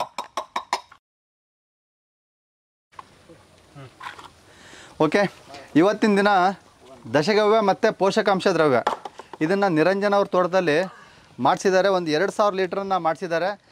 ಇದನ್ನು ಅವ್ರು ಏನಕ್ಕೆ ಮಾಡಿಸ್ತಾ ಇದ್ದಾರೆ ಮತ್ತು ಇದನ್ನು ಸಜೆಸ್ಟ್ ಮಾಡಿದ್ದು ಯಾರು ಅಂತ ಅವ್ರ ಬಾಯಲ್ಲೇ ಕೇಳೋಣ. ನಿರಂಜನ್ ಅವರೇ, ಇದನ್ನು ಮೇನಾಗಿ ಇದು ಪ್ರತಿಯೊಬ್ಬ ರೈತರು ಮಾಡಬೇಕು, ಬಟ್ ನೀವು ಆಸಕ್ತಿ ವಹಿಸಿ ಇದನ್ನು ಏನಕ್ಕೆ ಮಾಡ್ತಾಯಿದ್ದೀರಾ? ನಾವು 2 ತಿಂಗಳಿಂದ ನನ್ನ ತೋಟಕ್ಕೆ ನಮ್ಮ ಸ್ನೇಹಿತರು, ನಮ್ಮ ಸಹೋದರ ಅಂತ ಬಸವಂತಣ್ಣವ್ರನ್ನ ಕರ್ಕೊಂಬಂದೆ. ನನ್ನ ಅಡಿಕೆ ತೋಟದಾಗ ಪ್ರತಿ ವರ್ಷ ಅಡಿಕೆ ಜಾಸ್ತಿ ಬರೋದು 1-2 ವರ್ಷದಿಂದ ಇಳುವರಿ ಕಡಿಮೆ ಆಗಿದೆ. ಹೋದ ವರ್ಷ ಇಳುವರಿ ಬಂದಷ್ಟು ಈ ವರ್ಷ ಅದಕ್ಕಿಂತ ಕಡಿಮೆ ಆಗಿದೆ, ಬರ್ತಾ ಇಲ್ಲ. ಏನು ಸಮಸ್ಯೆ ಆಗಿದೆ ನೋಡ್ಬಾ ಅಂತೇಳಿ ಕರ್ಕೊಂಬಂದೆ. ಅವಾಗ ಬಸವಂತಣ್ಣರು ಬಂದು ನೋಡಿದರು. ಅದಾದಮೇಲೆ ಬಸವಂತಣ್ಣರು ಸಚಿನ್ ಸರ್ನು ಕೂಡ ನಮ್ಮ ತೋಟಕ್ಕೆ ಕರೆಸಿದ್ರು. ಸಚಿನ್ ಸರ್ ಬಂದು ನೋಡಿ ಬೇರುಹುಳ ಗಿಡ ನೋಡಿ ಬೇರುಹುಳ ಜಾಸ್ತಿ ಆಗಿದೆ, ಹಾಗಾಗಿ ಗಿಡದ ಆರೋಗ್ಯನೂ ಕೆಟ್ಟೈತೆ, ಕ್ವಾಲಿಟಿನೂ ಕೆಟ್ಟೈತೆ, ಅಡಿಕೆ ಕಡಿಮೆ ಬರ್ತೈತೆ ನಿಮ್ಗೆ ಇಳುವರಿ. ಮೊದಲು ನೀವು ಬೇರಿಗೆ ಟ್ರೀಟ್ಮೆಂಟ್ ಕೊಡಬೇಕು. ಯಾವ ರೀತಿ ಅಂತ ಹೇಳಿದ್ರೆ ಬೇರು ಹುಳ ಸರಿ ಮಾಡ್ಕೊಂಡ್ರೆ ಗಿಡ ಚೆನ್ನಾಗಿರ್ತೈತಿ, ಗಿಡ ಚೆನ್ನಾಗಿದ್ರೆ ನಿನಗೆ ಇಳುವರಿ ಬರ್ತೈತೆ ಅಂತೇಳಿ ಅವ್ರು ಹೇಳಿದರು. ಅದಾದಮೇಲೆ ನಾನು ಇದಕ್ಕೆ ಏನು ಮಾಡ್ಬೇಕು ಸರ್ ಅಂತ ಕೇಳಿದೆ. ಸದ್ಯಕ್ಕೆ ಈಗ ನೀವು ಲೇಟಾಗಿ ಮಾಡ್ತಾಯಿದ್ದೀರಿ. ಆಗಸ್ಟ್ ತಿಂಗಳಲ್ಲಿ ನೀವು ಮೇ ಜೂನ್ ತಿಂಗಳಲ್ಲಿ ಈ ಗರ್ಭ ಕಟ್ಟೋಕ್ಕಿಂತ 8-9 ತಿಂಗಳು ಮುಂಚೆನೇ ಗಿಡಕ್ಕೆ ನೀವು ಸರಿಯಾಗಿ ಪೋಷಕಾಂಶಗಳನ್ನು ಕೊಟ್ಟರೆ ಅಡಿಕೆ ಜಾಸ್ತಿ ಬರ್ತೈತೆ. ಈಗಾದರೂ ಪರವಾಗಿಲ್ಲ. ಇದಕ್ಕೆ ದಶಗವ್ಯ ಮತ್ತು ಪೋಷಕಾಂಶ ದ್ರವ್ಯನ ಒಂದು ಗಿಡಕ್ಕೆ ನೀವು 1 ಲೀಟ್ರ್ ಹಾಕೋದ್ರ ಮೂಲಕ ತಯಾರು ಮಾಡಿ ಹಾಕಿದರೆ ಇಳುವರಿ ಚೆನ್ನಾಗಿ ಬರುತ್ತೆ, ಅಡಿಕೆ ಗಿಡನೂ ಆರೋಗ್ಯವಾಗಿರುತ್ತೆ ಅಂತ ಹೇಳಿ ನನಗೆ ಅವ್ರು ಸಜೆಸ್ಟ್ ಮಾಡಿದರು. ಅದಾದ ನಂತರ ಇದನ್ನ ಹೆಂಗೆ ಮಾಡ್ಬೇಕು ಸರ್ ಅಂತ ಕೇಳಿದೆ. ಅದು ಭಾಳ ಕಷ್ಟ ಆಗ್ತೈತೆ ನೀವೆಲ್ಲ ಐಟಮ್ಗಳ್ನ ತಗೊಂಬಂದು ಮಾಡೋಂಥದ್ದು. ನಾನು ಹೇಳಿದರೆ ನೀವು ಮಾಡ್ತೀರಾ ಇಲ್ಲ ಅಂತ ನಂಗೆ ಡೌಟ್ ಐತೆ ಅಂತ ಕೇಳಿದರು. ಅವಾಗಿಲ್ಲ ಸರ್, ನನ್ನ ತೋಟ ಹಾಳಾಗಿದೆ, ನನಗೆ ಗೊತ್ತಾಗ್ತೈತೆ, ನನಗೆ ಅದರಿಂದ ಭಾಳ ಬೇಸರ ಅನ್ನಿಸ್ತೈತೆ, ನನ್ನ ತೋಟ ಸರಿ ಮಾಡ್ಕೋಬೇಕಾಗೈತೆ, ನೀವೇನು ಹೇಳಿದ್ರು ಮಾಡ್ತೇನೆ ಅಂತ ಹೇಳಿದೆ. ಆವಾಗ ನನಗೆ ದುಡ್ಡು ಕೊಡೋಂಥದ್ದೇನೂ ಇಲ್ಲಪ್ಪ, ನೀನು ಏನು ತರಬೇಕು ಅನ್ನೋದನ್ನು ಹೇಳ್ತೀನಿ, ಅವನ್ನ ತಗೊಂಡು ಬಾ, ನಾನೇ ನಿಂತ್ಕೊಂಡು ನಿನಗೆ ಮಾಡಿಸ್ಕೊಡ್ತೀನಿ, ನೀವು ಆಮೇಲೆ 15-20 ದಿವಸಕ್ಕೆ ಇದು ತಯಾರಾಗ್ತೈತಿ, ತೋಟಕ್ಕೆ ಎಲ್ಲ ಗಿಡಕ್ಕೂ 1 ಲೀಟ್ರ್ ಅಂತ ಹಾಕುವಂತೆ ಅಂತ ಹೇಳಿದರು. ಅವರು ಹೇಳಿದ್ರ ಮೇರೆಗೆ ನಾನು ಇವತ್ತು ನನ್ನ ತೋಟದಲ್ಲಿ ದಶಗವ್ಯ ಮತ್ತು ಪೋಷಕಾಂಶ ದ್ರವ್ಯನ ಮಾಡ್ತಾಯಿದ್ದೀನಿ. ಎಷ್ಟಿದೆ ನಿಮ್ಮ ತೋಟ? ಒಟ್ಟು ಫಸಲು ಬರೋಂಥದ್ದು 13 ಎಕರೆ ಇದೆ. ಇನ್ನು ಹೊಸದಾಗಿ ಹಚ್ಚಿರೋ ಗಿಡ ಇನ್ನೊಂದು 3 ವರ್ಷ ಬೇಕು ಬರೋಕ್ಕೆ. ಒಟ್ಟು ಒಂದು 16 ಎಕರೆ ನಮ್ಮದು ತೋಟ ಇದೆ. ಹೋದ ವರ್ಷ ಎಷ್ಟು ಫಸಲು ಬಂದಿತ್ತು? ಹೋದ ವರ್ಷ ನಾನು ಗುತ್ತಿಗೆ ಕೊಟ್ಟಿದ್ದೆ. ನನ್ನ ಅಂದಾಜಿನ ಪ್ರಕಾರ ಒಂದು 1000 ಕ್ವಿಂಟಲ್ ಅಡಿಕೆ ಬಂದಿತ್ತು 13 ಎಕರೆಯಿಂದ. ಆದರೆ ಈ ವರ್ಷ ನಾನು ಒಂದು 40% ಅದಕ್ಕಿಂತ ಕಡಿಮೆ ಅಡಿಕೆನ ತಗೊಳ್ತಾಯಿದ್ದೆ. ನನ್ನ ತೋಟದಲ್ಲಿ ಇಳುವರಿ ಕಡಿಮೆ ಆಗಿದೆ. ಅಂದರೆ ಒಂದು ವರ್ಷಕ್ಕೆ 40%. ಹೋದ ವರ್ಷ 1000 ಕ್ವಿಂಟಲ್ ಬಂದರೆ ಈ ವರ್ಷ ನನಗೆ ಒಂದು 650 ಕ್ವಿಂಟಲ್ ಹಸಿ ಅಡಿಕೆ ಬರ್ಬೋದು ಅನ್ನೋ ಒಂದು ಕಾನ್ಸೆಪ್ಟಲ್ಲಿ ನಾನು ಇದ್ದೀನಿ. ಅಷ್ಟು ಅಂದಾಜು ಮಾಡಿದ್ದೀನಿ. 40% ಅಂದಾಜು ಕಡಿಮೆ ಆಗಿದೆ.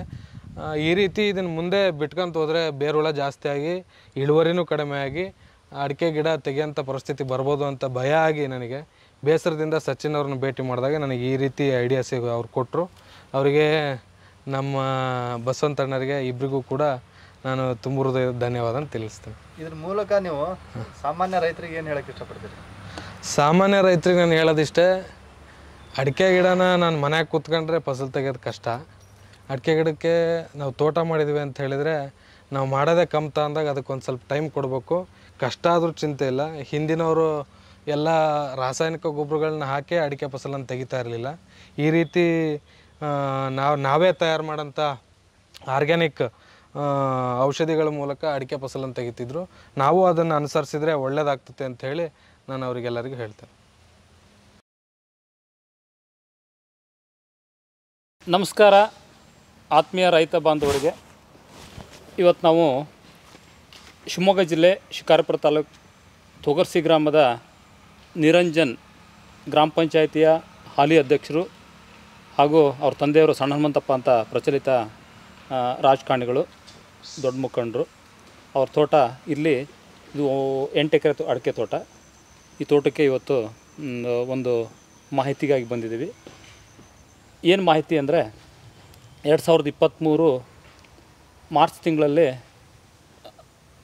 ನಿರಂಜನ್ ಅಧ್ಯಕ್ಷರು ನಮ್ಮನ್ನು ಭೇಟಿ ಮಾಡಿದಾಗ ಸಂಪೂರ್ಣ ಈ ತೋಟದ ಅಭಿವೃದ್ಧಿ ಮಾಡಿಕೊಡ್ಬೇಕು, ನಮ್ಮ ತೋಟ ಹಾಳಾಗಿದೆ, ಇಲ್ಲಿ ಎಲ್ಲ ತರಹದ ಅಭಿವೃದ್ಧಿನ ಮಾಡಬೇಕು ಅಂತೇಳಿ ಅವರು ನಮ್ಮನ್ನು ಕೇಳಿಕೊಂಡಾಗ ಅವರಿಗೆ ನಾವು ಪ್ರಥಮವಾಗಿ ಬಂದು ನಮ್ಮ ಸಚಿನ್ ಸರ್ ನೇತೃತ್ವದಲ್ಲಿ ಬಂದು ವಿಸಿಟ್ ಮಾಡಿದ್ಮೇಲೆ ಇಲ್ಲಿಯ ಆಗು ಹೋಗುಗಳು, ಭೂಮಿಯಲ್ಲಿ ಅಥವಾ ಈ ಭೂಮಿಯಲ್ಲಿ ಏನೇನು ತೊಂದರೆ ಇದೆ, ಅಡಿಕೆ ಮರದಲ್ಲಿ ಏನೇನು ತೊಂದರೆ ಆಗಿದೆ ಅನ್ನೋದ್ರ ಬಗ್ಗೆ ಕೂಲಂಕಷವಾಗಿ ವಿಸ್ತೃತವಾಗಿ ನಾವು ಇಲ್ಲಿ ಚರ್ಚೆ ಮಾಡಿದ್ಮೇಲೆ ಏನೇನನ್ನು ಇಲ್ಲಿ ಅಳವಡಿಸ್ಬೇಕು, ಏನೇನು ಹೊಸ ಕಾರ್ಯಕ್ರಮಗಳನ್ನ ಇಲ್ಲಿ ಏನು ಮಾಡಬೇಕು ಅನ್ನೋದ್ರ ಬಗ್ಗೆ ಮಾತಾಡಿದ್ವಿ. ಅದನ್ನು ನಾವು ಹೇಳೋಕ್ಕಿಂತ ಇವತ್ತು ಅಡಿಕೆ ಕೊಯ್ಲು 2ನೇ ಕೊಯ್ಲು ಮುಗಿದಿದೆ. ಎಷ್ಟು ಅಡಿಕೆ ಬಂದಿದೆ, ಏನು ಇಳುವರಿ ಬಂದಿದೆ, ಹಿಂದಿನ ವರ್ಷ ಅಡಿಕೆ ಏನು 2023 ಹಿಂದಿನ ವರ್ಷ ಏನು ಅಡಿಕೆ ಇಳುವರಿ ಬಂದಿತ್ತು ಅನ್ನೋದ್ರ ಬಗ್ಗೆ ನಮ್ಮ ಅಧ್ಯಕ್ಷರೇ ಮಾತಾಡ್ತಾರೆ. ಅವ್ರ ಬಾಯಿಂದನೇ ನಾವು ಕೇಳೋಣ. ಸಹೋದರರಾದ ಬಸವಂತಪ್ಪನವರಿಗೂ ಹಾಗೂ ನನ್ನ ಕೃಷಿ ಮಾರ್ಗದರ್ಶಕರಾದ ಸಚಿನ್ ಕಬ್ಬೂರ್ ಅವರಿಗೂ ಹೃದಯಪೂರ್ವಕ ಧನ್ಯವಾದಗಳೊಂದಿಗೆ ನನ್ನ ನಮಸ್ಕಾರಗಳನ್ನು ತಿಳಿಸ್ತೇನೆ. ಆತ್ಮೀಯ ರೈತ ಮಿತ್ರರೇ, ನಾನು 2023ರಲ್ಲಿ ನನ್ನ ತೋಟಕ್ಕೆ ನನ್ನ ಸಹೋದರ ಬಸವಂತಪ್ಪನವ್ರನ್ನ, ಅವ್ರದ್ದು ಫರ್ಟಿಲೈಸರ್ ಶಾಪ್ ಇದೆ ಇಲ್ಲೊಂದು, ಅವರನ್ನು ಕರ್ಕೊಂಬಂದೆ. ನನ್ನ ತೋಟ ಅಡಿಕೆ ಫಸಲು ಬರ್ತಾಯಿಲ್ಲ. ಈ ವರ್ಷದ ಕೊಯ್ಲು ನಮಗೆ ಎಲ್ಲ ಸೇರಿ ಒಂದು 350 ಕ್ವಿಂಟಲ್ ಆಗಿರ್ಬೋದು, ಒಂದು 28-29 ಲಕ್ಷ ದುಡ್ಡು ಬಂದಿರ್ಬೋದು ಅಷ್ಟೇ. ಹಾಗಾಗಿ ನನಗೆ ಒಳ್ಳೆ ಫಸಲು ಬರಬೇಕು. 8 ಎಕರೆ ನಮ್ಮದು ಅಡಿಕೆ ತೋಟ ಇದೆ. ಇದಕ್ಕೇನಾದ್ರು ಒಂದು ವ್ಯವಸ್ಥೆ ಮಾಡ್ಬೇಕು. ನೀವು ಒಳ್ಳೆ ಅಡಿಕೆ ಬೆಳೆಗಾರ ನಾನು ಆಗ್ಬೇಕು. ದುಡ್ಡು ಹೆಚ್ಚಿಗೆ ಬರುತ್ತೋ ಕಮ್ಮಿ ಬರುತ್ತೋ ಆಮೇಲಿಂದು, ಒಂದು ಎಕರೆಗೆ ಒಂದು 85 ಕ್ವಿಂಟಲ್ ಮೇಲೆ ನಾನು ಅಡಿಕೆ ಬೆಳಿಬೇಕು ಅಂಥೇಳಿ ಅವ್ರ ಹತ್ರ ಬಂದು ಹೇಳ್ಕೊಂಡೆ.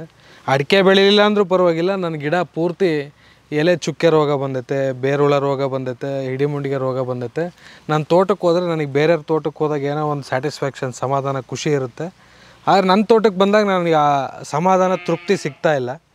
ನನ್ನ ತೋಟಕ್ಕೆ ಬಂದಾಗ ನನಗೆ ಅಡಿಕೆ ಕಮ್ಮಿ ಇದ್ರೂ ಚಿಂತೆ ಇಲ್ಲ, ಆ ರೋಗ ಇರಬಾರ್ದು, ಗಿಡಗಳು ಹೆಲ್ದಿಯಾಗಿರ್ಬೇಕು, ಅದನ್ನು ನನ್ನ ಕಣ್ಣಿಂದ ನೋಡ್ಬೇಕು ನಾನು. ಆ ರೀತಿ ನನ್ನ ತೋಟನ ಮೊದಲು ಮಾಡಿರಿ ನೀವು ಅಂತೇಳಿ ಇವ್ರ ಹತ್ರ ಬಂದೆ. ಇವರು ಸಚಿನ್ ಸರ್ ಕಬ್ಬೂರು ಇವರನ್ನು ಪರಿಚಯ ಮಾಡಿಸ್ಕೊಟ್ರು. ಇವ್ರನ್ನ ನಮ್ಮ ತೋಟಕ್ಕೆ ಕರ್ಕೊಂಬಂದರು. ನನ್ನ ತೋಟಕ್ಕೆ ಕರ್ಕೊಂಬಂದ್ಮೇಲೆ ನಮ್ಮ ತೋಟ ನೋಡಿದಂಥ ಇವರು ಮೊದಲು ಇದನ್ನು ಮಣ್ಣು ಪರೀಕ್ಷೆಯನ್ನು ಮಾಡಿರಿ, ಬೇರುಳ ಇದರಲ್ಲಿ ಎದ್ದು ಕಾಣ್ತೈತೆ ಅಂತ ಹೇಳಿ ನನಗೆ ಸಜೆಸ್ಟ್ ಮಾಡಿದರು.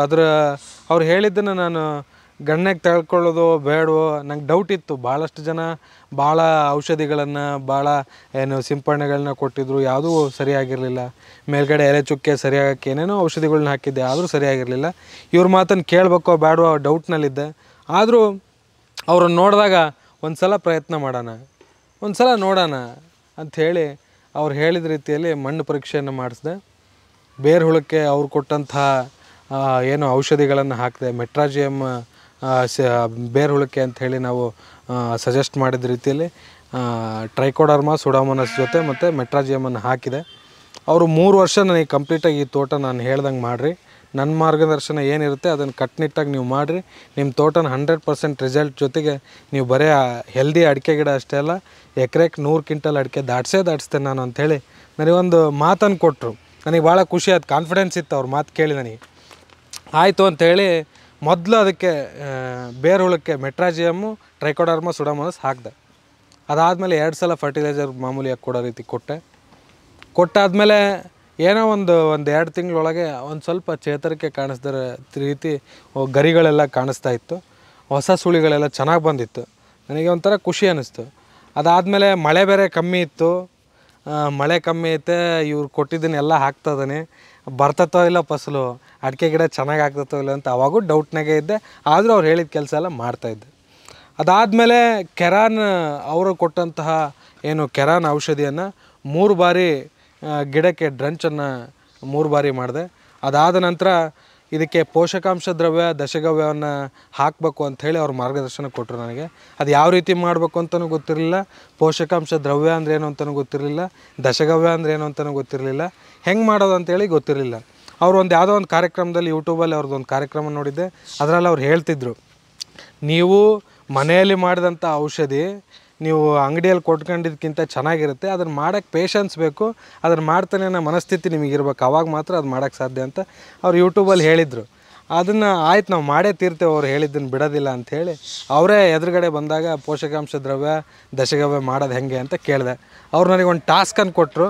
ನೀವು ನಾನು ಬರೆದು ಕೊಡ್ತೇನೆ ಏನೇನು ಬೇಕು ಅಂತೇಳಿ, ತಗೊಂಬರೋಕ್ಕೆ ಕಮ್ಮಿ ಅಂದರೂ ಒಂದು 8-10 ದಿವಸ ಬೇಕು, ಒಂದು 15 ದಿನನೇ ಟೈಮ್ ತಗೊಳ್ರಿ ನೀವು ಅಂತ ಹೇಳಿದರು. ನಾನು ಹೇಳಿದೆ, ಇಲ್ಲ ಸರ್ ನಾಳೆನೇ ಮಾಡಿಬಿಡೋಣ ಅಂದೆ. ನಾನು ಇನ್ನೂ 3 ದಿನ ಬಿಟ್ಟು ಬರ್ತೇನೆ, 3 ದಿನ, ನಾಳೆ ಅಲ್ಲ, ಇನ್ನು 3 ದಿನ ಟೈಮ್ ತಗೊಳ್ರಿ, ನಿಮ್ಮ ಶಕ್ತಿ ಇದ್ದರೆ ಮಾಡಿ ತೋರಿಸ್ರಿ ನೀವು ಅಂತೇಳಿ ನನಗೊಂದು ಟಾಸ್ಕನ್ನು ಕೊಟ್ಟರು. ಅವ್ರು ಟಾಸ್ಕ್ ಕೊಟ್ಟಿದ್ದು ನನಗೆ ಒಂಥರ ಹುರುಪು ಕೊಟ್ಟಂಗೆ ಆಯ್ತು, ನಾನು ಮಾಡೇ ತಿರ್ಬೇಕಿದ್ದು ಅಂತೇಳಿ ನನ್ನ ಸ್ನೇಹಿತರು ನನಗೆ ಎಲ್ಲರೂ ಸೇರಿ ಸಾಥ್ ಕೊಟ್ಟರು. ನನ್ನ ಸಹೋದರನೂ ಇದ್ದ, ನನ್ನ ಸ್ನೇಹಿತ ಶಿವು ಅವರು ಇದ್ದರು, ಮತ್ತು ಯೋಗೀಶ್ ಅವರಿದ್ದರು, ವಿನಾಯಕ್ ಅವರಿದ್ದರು, ಎಲ್ಲರೂ ನನಗೆ ಸಾಥನ್ನು ಕೊಟ್ಟರು. ಅವ್ರು ಹೇಳಿದ ಐಟಮ್ಗಳನ್ನು ಪ್ರತಿಯೊಂದನ್ನು ತಗೊಂಬಂದು 3 ದಿವಸದಲ್ಲಿ ರೆಡಿ ಮಾಡಿ ಇಟ್ವಿ. ಅವ್ರನ್ನ ಕರೆಸಿದ್ವಿ, ಸರ್ ಎಲ್ಲ ರೆಡಿ ಮಾಡಿ ಇಟ್ಟೆ ಬರ್ರಿ ಅಂತೇಳಿ. ಅವರು ಒಂದೊಂದು ಮಾತು ಹೇಳಿದ್ದು ನಮಗೆ ಪ್ರೇರೇಪಣೆ ಹೆಂಗಿತ್ತು ಅಂತ ಹೇಳಿದ್ರೆ, ಅವ್ರು ಹೇಳಿದ್ದನ್ನು ಮಾಡಲೇಬೇಕು. ನಾನು ಅವ್ರ ಹತ್ರ ಕೇಳಿದೆ, ಊಟ ಮಾಡ್ಬೇಕಾದ್ರೆ ಒಂದು ಸಲ ಕೇಳಿದೆ, ಸರ್ ನನ್ನ ಅಡಿಕೆ ತೋಟ ನನಗೆ ಭಾರಿ ಚೆನ್ನಾಗಾಗಬೇಕು, ಅಡಿಕೆ ತೋಟಕ್ಕೆ ನೀವೇನು ಕೆಲಸ ಹೇಳಿದ್ರು ಮಾಡ್ತೇನೆ ಅಂತ ಹೇಳಿದೆ. ಏನು ಹೇಳಿದ್ರು ಮಾಡ್ತೇನೆ ಅಂತಂದರೆ ಹೆಂಗೆ ಅಂತ ಕೇಳಿದ್ರು ಅವ್ರು ನನಗೆ. ಸರ್ ಅಡಿಕೆ ತೋಟದ ಮಾಲೀಕನೇ ಮ್ಯಾಲೆ ಹತ್ತಿ ಏನಾರು ಔಷಧಿ ಅಡಿಕೆ ಗಿಡಕ್ಕೆ ಒಂದೊಂದು ಗಿಡಕ್ಕೂ ಹಾಕಬೇಕು ಅಂದರು ನಾನು ಹಾಕಕ್ಕೆ ತಯಾರಾಗಿದ್ದೀನಿ ಅಂತೇಳಿ ಅವ್ರ ಹತ್ರ ಹೇಳಿದೆ. ನಾನು ಆ ನಿಟ್ಟಿನಲ್ಲೇ ಕೆಲಸ ಮಾಡಿದೆ. 2 ಬಾರಿ ದಶಗವ್ಯ ಪೋಷಕಾಂಶ ದ್ರವ್ಯ ಹಾಕಿದೆ, 3 ಬಾರಿ ಕೆರಾನ್ ಲಿಕ್ವಿಡನ್ನು ಹಾಕಿದೆ. ಡಿಸೆಂಬರಿಂದ ಏಪ್ರಿಲ್ವರೆಗೂ ಕೆರಾನ್ ಮೇಲ್ಗಡೆ ಸ್ಪ್ರೇ ಸಿಂಪರಣೆಯನ್ನು ಮಾಡಿದೆ. ಅದೆಲ್ಲ ಮಾಡಿ ಆದಮೇಲೆ ಹೋದ ವರ್ಷ ಬರೀ 28-29 ಲಕ್ಷದ ಅಡಿಕೆ ಆಗಿತ್ತು. ಅವಾಗ ನನಗೆ ಅಲ್ಲಿ ಸ್ವಲ್ಪ ಹಣದ ಸಮಸ್ಯೆನೂ ಇತ್ತು, ನನಗೆ ಒಂಥರ ಬೇಜಾರಿತ್ತು. ಈ ವರ್ಷ ಸ್ವಲ್ಪ ಅದಕ್ಕಿಂತ ಚೆನ್ನಾಗಿ ಬಂದಿರ್ಬೋದೇನೋ, ಒಂದು 45 ಲಕ್ಷದೊಳಗೆ ಯಾರು ಬಂದುಬಿಟ್ರೆ ಸಾಕಪ್ಪ, ಒಂದು 45 ಲಕ್ಷ ದುಡ್ಡು ಸಿಕ್ಕರೆ ಸಾಕು. ಎಷ್ಟು ಎಕರೆಗೆ ಅಧ್ಯಕ್ಷರೇ? 8 ಎಕರೆಗೆ. 8 ಎಕರೆಗೆ ಹೋದ ಸತಿ ಎಷ್ಟು ಬಂದಿತ್ತು? 28-29 ಲಕ್ಷದ. ಆ ತೋಟನ ಸೇರಿ ನೀವು ಹೇಳಿ? ಆ ತೋಟದ ಸೇರಿ. ಇದು ಪರ್ಟಿಕ್ಯುಲರ್ ಈ ತೋಟದಷ್ಟೇ? ಅಲ್ಲಿ ನಮ್ಮದು ಅಲ್ಲೊಂದು 4 ಎಕರೆ ಇದೆ, ಅದರಲ್ಲಿ ಹೊಸದಾಗಿ 3 ಎಕರೆ ಅಡಿಕೆ ತೋಟ ಬರೋದಿದೆ. ಅದನ್ನು ಸೇರಿ ನಂದು 28-29 ಲಕ್ಷದ ಅಡಿಕೆ ಆಗಿತ್ತು. 13 ಎಕರೆ? 13 ಎಕರೆಗೆ. ಆದರೆ ನನಗೆ ಈ ವರ್ಷ ನಾವು ಈ ತೋಟದಷ್ಟೇ ಮಾತಾಡೋಣ. 8 ಎಕರೆಗೆ ಅವರೇಜ್ ಅಂದ್ರೆ ಈ ವರ್ಷ ನಾನು ಈ 8 ಎಕರೆಗೆ ಅಂದರೆ ಒಂದು 40 ಲಕ್ಷದ ಅಡಿಕೆ ದಾಟಿದ್ರೆ ಸಾಕು. ಆ ತೋಟದ 5 ಲಕ್ಷ ಬಿಟ್ಟು ಇದು ಒಂದು 40 ಲಕ್ಷ ದಾಟಿದರೆ ಸಾಕು ಅಂಥೇಳಿ ಒಬ್ಬನ ವ್ಯಾಪಾರಸ್ಥರನ್ನ ಕರೆಸಿದ್ವಿ. ನಾವು ಪ್ರತಿ ವರ್ಷ ಗುತ್ತಿಗೆ ಕೊಡ್ತಿದ್ವಿ, ಗೇಣಿ ಗುತ್ತಿಗೆ. ಅದೇ ರೀತಿಯಲ್ಲಿ ನಮ್ಮ ತೋಟನ ಈ ವರ್ಷವೂ ಗೇಣಿ ಗುತ್ತಿಗೆ ಕೊಡೋಣ ಅಂಥೇಳಿ ನಾನು ಒಂದು 45 ಲಕ್ಷ ಕೊಡ್ರಿ ಅಂತ ಅವ್ರಿಗೆ ಹೇಳಿದೆ. ಅವರು ಇಲ್ಲ, ಒಂದು 30 ಲಕ್ಷದ ಮೇಲೆ ತೋಟ ಬರೋಲ್ಲ ಇದು ಅಂತ ಹೇಳಿದರು. ಆಯಿತು, ನಂಗೆ 42 ಲಕ್ಷ ಫೈನಲ್ ಕೊಡ್ರಿ ನೀವು ಅಂತೇಳಿ ಪಟ್ಟಿ ಹಿಡಿದು ಕುಂತೆ. ಅವ್ನು 39 ಲಕ್ಷ ಆದರೆ ತೋಟ ನಾನು ವ್ಯಾಪಾರಕ್ಕೆ ಹಿಡಿತೇನೆ ಅಂದ. ಆಯಿತು 39 ಲಕ್ಷನೇ ಕೊಡು ಅಂಥೇಳಿ ಆತನಿಗೆ ನಾನು ತೋಟ ಗೇಣಿಗೆ ವ್ಯಾಪಾರ ಮಾಡಿದೆ. ಆದರೆ ಅವನು ಒಂದು 8-10 ದಿನ ಬಿಟ್ಟು ಬಂದು ಅವ್ರ ಸ್ನೇಹಿತರನ್ನ ಅವ್ರಿಗೆ ಬೇಕಾದ್ರನ್ನ ಕರ್ಕೊಂಬಂದು ತೋಟ ನೋಡಿ, ಇಲ್ಲ ಇದ್ರಾಗ ಅಡಿಕೆ ಕಡಿಮೆ ಐತೆ, ನಾನು ಗೇಣಿ ತಗೊಳಲ್ಲ ಅಂಥೇಳಿ 2 ಲಕ್ಷ ದುಡ್ಡು ವಾಪಸ್ಸು ಅಡ್ವಾನ್ಸನ್ನು ಇಸ್ಕೊಂಡು ಹೋದ. ಅದಾದಮೇಲೆ ನಾನು ಬಸವಂತಣ್ಣನ ಕೇಳಿದೆ, ಸಚಿನ್ ಸರಿಗೆ ಫೋನ್ ಮಾಡಿದೆ. ಫೋನ್ ಮಾಡಿ ಹೀಗೆ ಅಂತೇಳಿದ್ರು. ಅದು ಅವರು ತೋಟ ನೋಡಿರಲಿಲ್ಲ ಸಚಿನ್ ಸರ್. ಮತ್ತೆ ಬಂದು ಬಸವಂತಪ್ಪರು ಮಾತ್ರ ನೋಡಿದರು. ತೂಕ ಕೊಡು, ಯಾರಿಗೂ ಲಾಸ್ ಆಗೋಲ್ಲ, ರೈತಗೂ ಲಾಸ್ ಆಗೋಲ್ಲ, ವ್ಯಾಪಾರಸ್ಥಿಗೂ ಲಾಸ್ ಆಗೋಲ್ಲ, ತೂಕ ಕೊಡು ಅಂತ ಹೇಳಿದರು. ನಾನು ಎಲ್ಲ ಸೇರಿ 8 ಎಕರೆಗೆ ನಮಗೆ ಒಂದು 400 ಕ್ವಿಂಟಲ್ ಅಡಿಕೆ ಬರ್ಬೋದೇನೋ ಅಂಥೇಳಿ ನಾನು ಅಂದಾಜು ಇಟ್ಕೊಂಡಿದ್ದೆ. ನನಗೆ ಸಚಿನ್ ಸರ್ ಮಾತು ಕೊಟ್ಟಿದ್ರು 3 ವರ್ಷ 100 ಕ್ವಿಂಟಲ್ ಅಡಿಕೆ ಎಕರೆ ಕೊಡ್ತೇನೆ ಅಂಥೇಳಿ. ಆದರೆ ನನ್ನ ಅದೃಷ್ಟ ಗೊತ್ತಿಲ್ಲ ಏನು ಅಂಥೇಳಿ. ಸಚಿನ್ ಸರ್ ಹೇಳಿದ ಕೆಲಸ ನಾನು ಮಾಡಿದೆ. ಇವತ್ತು ಮೊದಲನೇ ಕೊಯ್ಲಲ್ಲಿ ನಮ್ಮ ತೋಟ 8 ಎಕರೆ 150 ಕ್ವಿಂಟಲ್ ಹಸಿ ಅಡಿಕೆ ಬಂದಿತ್ತು. 2ನೇ ಕೊಯ್ಲಲ್ಲಿ ನಮ್ಮ ತೋಟ ಇವತ್ತು ಕೊಯ್ದಿದ್ದು ಬಿಟ್ಟು ಇವತ್ತು ತೂಕ ಮಾಡಿಲ್ಲ. ನಿನ್ನೆವರೆಗೂ ಕೊಯ್ದಿದ್ದು 425 ಕ್ವಿಂಟಲು, 22-23 423 ಕ್ವಿಂಟಲ್ ಆಗಿದೆ. 2ನೇ ಕೊಯ್ಲಿಗೆ ನಮಗೆ ಅಲ್ಲೇ 560-570 ಕ್ವಿಂಟಲ್ ದಾಟಿ ಹೋಗ್ಬಿಟ್ಟೇವೆ. ಇನ್ನು ಕೊನೆ ಕೊಯ್ಲಿಗೆ ಇನ್ನೂ ಕಮ್ಮಿ ಅಂದರೂ ಒಂದು 150-200 ಕ್ವಿಂಟಲ್ ಮೇಲೆ ಹೋಗತ್ತೇನ ವಿಶ್ವಾಸ ನನಗೈತೆ. 600 ದಾಟ್ಬಿಡ್ತು ಆಗಲೇ. ನನಗೆ ಏನು ಅನ್ನಿಸ್ತೈತಿ ಈಗ ಅಂತ ಹೇಳಿದರೆ, ಸಚಿನ್ ಸರ್ 3 ವರ್ಷ ಕೇಳಿದ್ರು 800 ಕ್ವಿಂಟಲ್ 8 ಎಕರೆಗೆ ಅಡಿಕೆ ಕೊಡೋಕ್ಕೆ. ಆದರೆ ಅವ್ರು ಹೇಳಿದ ಕೆಲಸ ಮಾಡಿದ್ದಕ್ಕೆ ನನಗೆ ಒಂದೇ ವರ್ಷದಲ್ಲಿ 100 ಕ್ವಿಂಟಲ್ ಹಸಿ ಅಡಿಕೆ 1 ಎಕರೆಗೆ ಸರಿಸಮ ಅಂದಾಜು ಸಿಕ್ಕಿದೆ. ನಾನು ಇಷ್ಟು ಮಾತ್ರ ಹೇಳ್ತೇನೆ ರೈತ ಮಿತ್ರರಿಗೆ, ಇಂಥ ಮಾರ್ಗದರ್ಶಕರು ಸಿಕ್ಕಾರೆ. ಇವ್ರು ಹೇಳಿದ ಕೆಲಸ ಮಾಡಿದ್ರೆ ಎಂಥ ರೈತ ಆದರೂ ಕೂಡ ಅವನ ಆಸೆ ಪ್ರಕಾರ ಬೆಳೆಗಳನ್ನು ತೆಗಿಲೇಬೇಕು ಅಂತೇಳಿ ನಿರ್ಧಾರ ಮಾಡಿದ್ರೆ ತೆಗೆಯೋಕ್ಕೆ ಅವಕಾಶ ಇದೆ. ಅವರ ಮಾರ್ಗದರ್ಶನವನ್ನು ಬಳಕೆ ಮಾಡ್ಕೊಂಡು ನಾವು ಅವ್ರು ಹೇಳಿದ ರೀತಿಯಲ್ಲಿ ಕೆಲಸ ಮಾಡಿದರೆ, ಕೆರಾನ್ ಲಿಕ್ವಿಡನ್ನು ಹಾಕಿ ಅವ್ರು ಹೇಳಿದ ರೀತಿಯಲ್ಲಿ ನಾವೇನಾದ್ರು ಅನುಸರಿಸಿ ಕೃಷಿಯನ್ನು ಮಾಡಿದರೆ ಅದರಲ್ಲಿ ಯಶಸ್ಸು ಕಾಣಲಿಕ್ಕೆ ಯಾವುದೇ ರೀತಿ ಅನುಮಾನನೇ ಬೇಡ ಅಂತೇಳಿ ನಮ್ಮ ರೈತ ಮಿತ್ರರಿಗೆ ನಾನು ಮನವಿಯನ್ನು ಮಾಡ್ತಾ, ನಾನು ಮತ್ತೊಮ್ಮೆ ಸಚಿನ್ ಸರ್ ಹಾಗೂ ಬಸವಂತಪ್ಪನವರಿಗೆ ಹೃದಯಪೂರ್ವಕ ಧನ್ಯವಾದಗಳನ್ನ ತಿಳಿಸ್ತೇನೆ. ನಮಸ್ಕಾರ ಆತ್ಮೀಯ ರೈತ ಬಾಂಧವರೇ. ಏನು ನೀವು ಈಗಷ್ಟೇ ಏನು ಮಾಹಿತಿಯನ್ನು ತೊಗೊಂಡ್ರಿ, ನಮ್ಮ ಅಧ್ಯಕ್ಷರು ನಿರಂಜನ್ ಅವರು ಏನು ನಿಮಗೆ ಸಂಪೂರ್ಣ ಅಂದರೆ ನಾನೇಂತೀನಿ ಆ ಡೆಡಿಕೇಶನ್ ಇದೆ ಅನ್ನೋದನ್ನು ನೀವೆಲ್ಲರೂ ತಿಳ್ಕೊಬೇಕು ಅಂತ. ಅಂದರೆ ಅವರಲ್ಲಿ ನಾವು 3 ವರ್ಷ ಅವರಿಗೆ ಅವಧಿ ತೊಗೊಂಡಿದ್ವಿ. ನಾನು ಯಾರಿಗಾದರೂ ಸಾಕಷ್ಟು ನಮ್ಮೆಲ್ಲ ರೈತ ಬಾಂಧವರಿಗೆ ಗೊತ್ತಿದೆ, ನಾನು ಯಾವತ್ತೇ ಆಗಲಿ ಒಂದು ಡಿಗ್ರಿ ಮಾಡಬೇಕು ಅಂದ್ರೆ ಅದಕ್ಕೊಂದು 3 ವರ್ಷ ಬೇಕು. ಏನು ಲ್ಯಾಂಡ್ ನ್ಯೂಟ್ರಿಯೆಂಟನ್ನು ರಿಕವರಿ ಮಾಡಬೇಕು ಅಂದರೂ ಅದಕ್ಕೊಂದು 3 ವರ್ಷ ಬೇಕು ಅನ್ನೋಂಥ ಮಾತುಗಳನ್ನು ನಾನು ಹಲವಾರು ಬಾರಿ ನನ್ನೆಲ್ಲ ವಿಡಿಯೋಗಳಲ್ಲಿ ನಾನು ಉಲ್ಲೇಖ ಮಾಡೀನಿ. ಆದರೆ ಇಲ್ಲಿ ಏನಿದೆ ಅಂದರೆ ಅವರು ಏನು ಚಾಲೆಂಜಿಂಗಾಗಿ ತೊಗೊಂಡು ಎಲ್ಲ ಕೆಲಸಗಳನ್ನು ಅಂದರೆ WDCನೂ ಮಾಡೋದಾಗಲಿ ಅಥವಾ ಪೋಷಕಾಂಶ ದ್ರವ್ಯಗಳನ್ನು ಮಾಡೋದಾಗಲಿ, ಇಲ್ಲೇ ಟ್ಯಾಂಕ್ ಇದೆ, ಆ ಟ್ಯಾಂಕ್ನಲ್ಲಿ ಅವರು ಪ್ರತಿ ಬಾರಿನೂ ಈ ಬಾರಿ ಅವರು ಕುಣಪ ಜಲನೂ ಹಾಕಿದ್ದಾರೆ ಆಲ್ರೆಡಿ. ಈಗ ಅಂದರೆ ಮುಂದಿನ ವರ್ಷದ ತಯಾರಿಗಳನ್ನು ಆಲ್ರೆಡಿ ಅವ್ರು ಮಾಡ್ತಾಯಿದ್ದಾರೆ.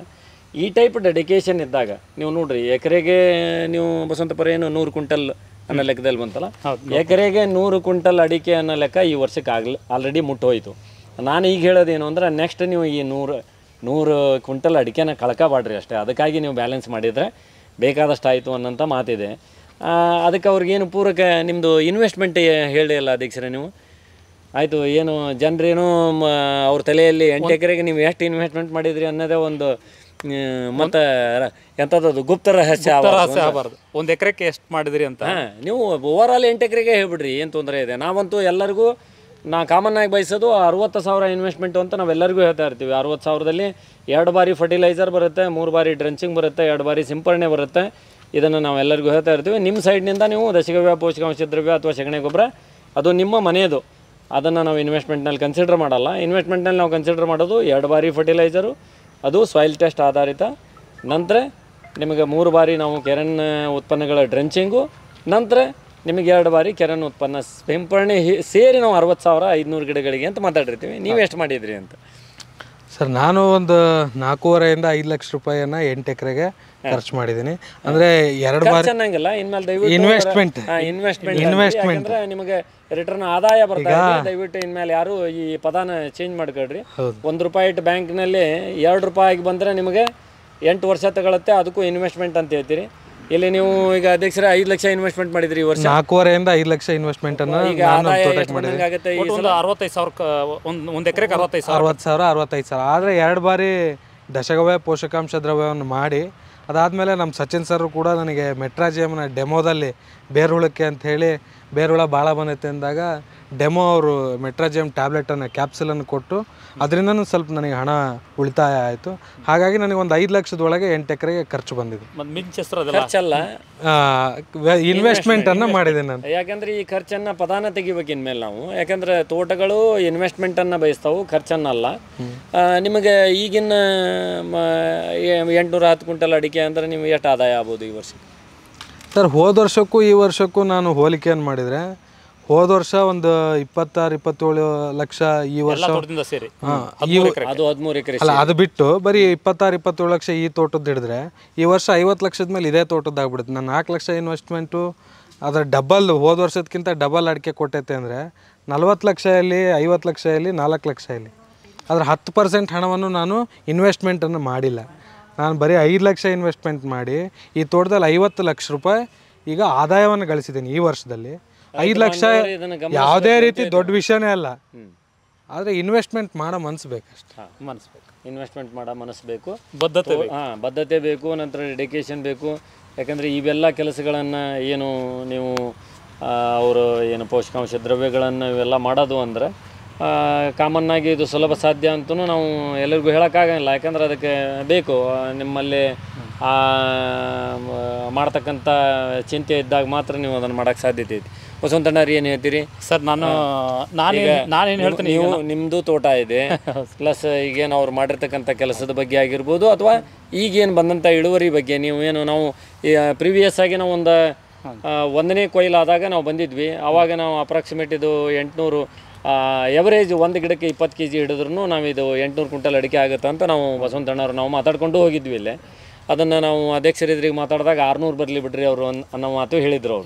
ನಾನು ಸ್ಫೂರ್ತಿ ಟ್ರೇಡರ್ಸ್ ಅಂತ ನಮ್ಮದು ಅಂಗಡಿ ಇರೋದ್ರಿಂದ ನನ್ನ ಮಾರ್ಗದರ್ಶನದಲ್ಲಿ ಹಲವು ರೈತರಿದ್ದಾರೆ. ಆ ರೈತರಲ್ಲಿ ಸ್ಪೆಸಿಫಿಕ್ ಆಗಿ ನಮ್ಮ ಅಧ್ಯಕ್ಷರು ತುಂಬ ಮುತುವರ್ಜಿ ವಹಿಸಿ ನಾವು ಹೇಳಿರ್ತಕ್ಕಂಥ ಕೆಲಸಗಳನ್ನು ಫಸ್ಟ್ ಬೇಸಿಕ್ಕಾಗಿ ನಾವು ಮಾರ್ಚಲ್ಲಿ ಸಿಕ್ಕಾಗ ಏಪ್ರಿಲ್ ಮಣ್ಣು ಪರೀಕ್ಷೆ ಮಾಡಿಸಿ, ಜೂನ್ನಿಂದ ಮಳೆಗಾಲ ಶುರುವಾದ ತಕ್ಷಣ ಒಂದು ಫರ್ಟಿಲೈಸರು, ಆಮೇಲೆ ಕೆರಾನ್ ಲಿಕ್ವಿಡ್ಡು, ಆಮೇಲೆ ಜೈವಿಕ ಉತ್ಪನ್ನಗಳನ್ನು, ಜೈವಿಕ ಪೀಡನಾಶಕಗಳು ಅಂತ ಟ್ರೈಕೋಡರ್ಮಾ, ಸೂಡೋಮೋನಾಸ್, ಮೆಟ್ರಾಜಿಯಮ್ ಇವನ್ನು ಇಡೀ ತೋಟಕ್ಕೆ ಡ್ರೆಂಚಿಂಗ್ ಮಾಡಿಸಿದ್ವಿ. ಅದನ್ನ ಯಥಾವತ್ತಾಗಿ ಕರೆಕ್ಟಾಗಿ ಇನ್ ಟೈಮಿಗೆ ಅದನ್ನೆಲ್ಲ ಮಾಡಿದರು.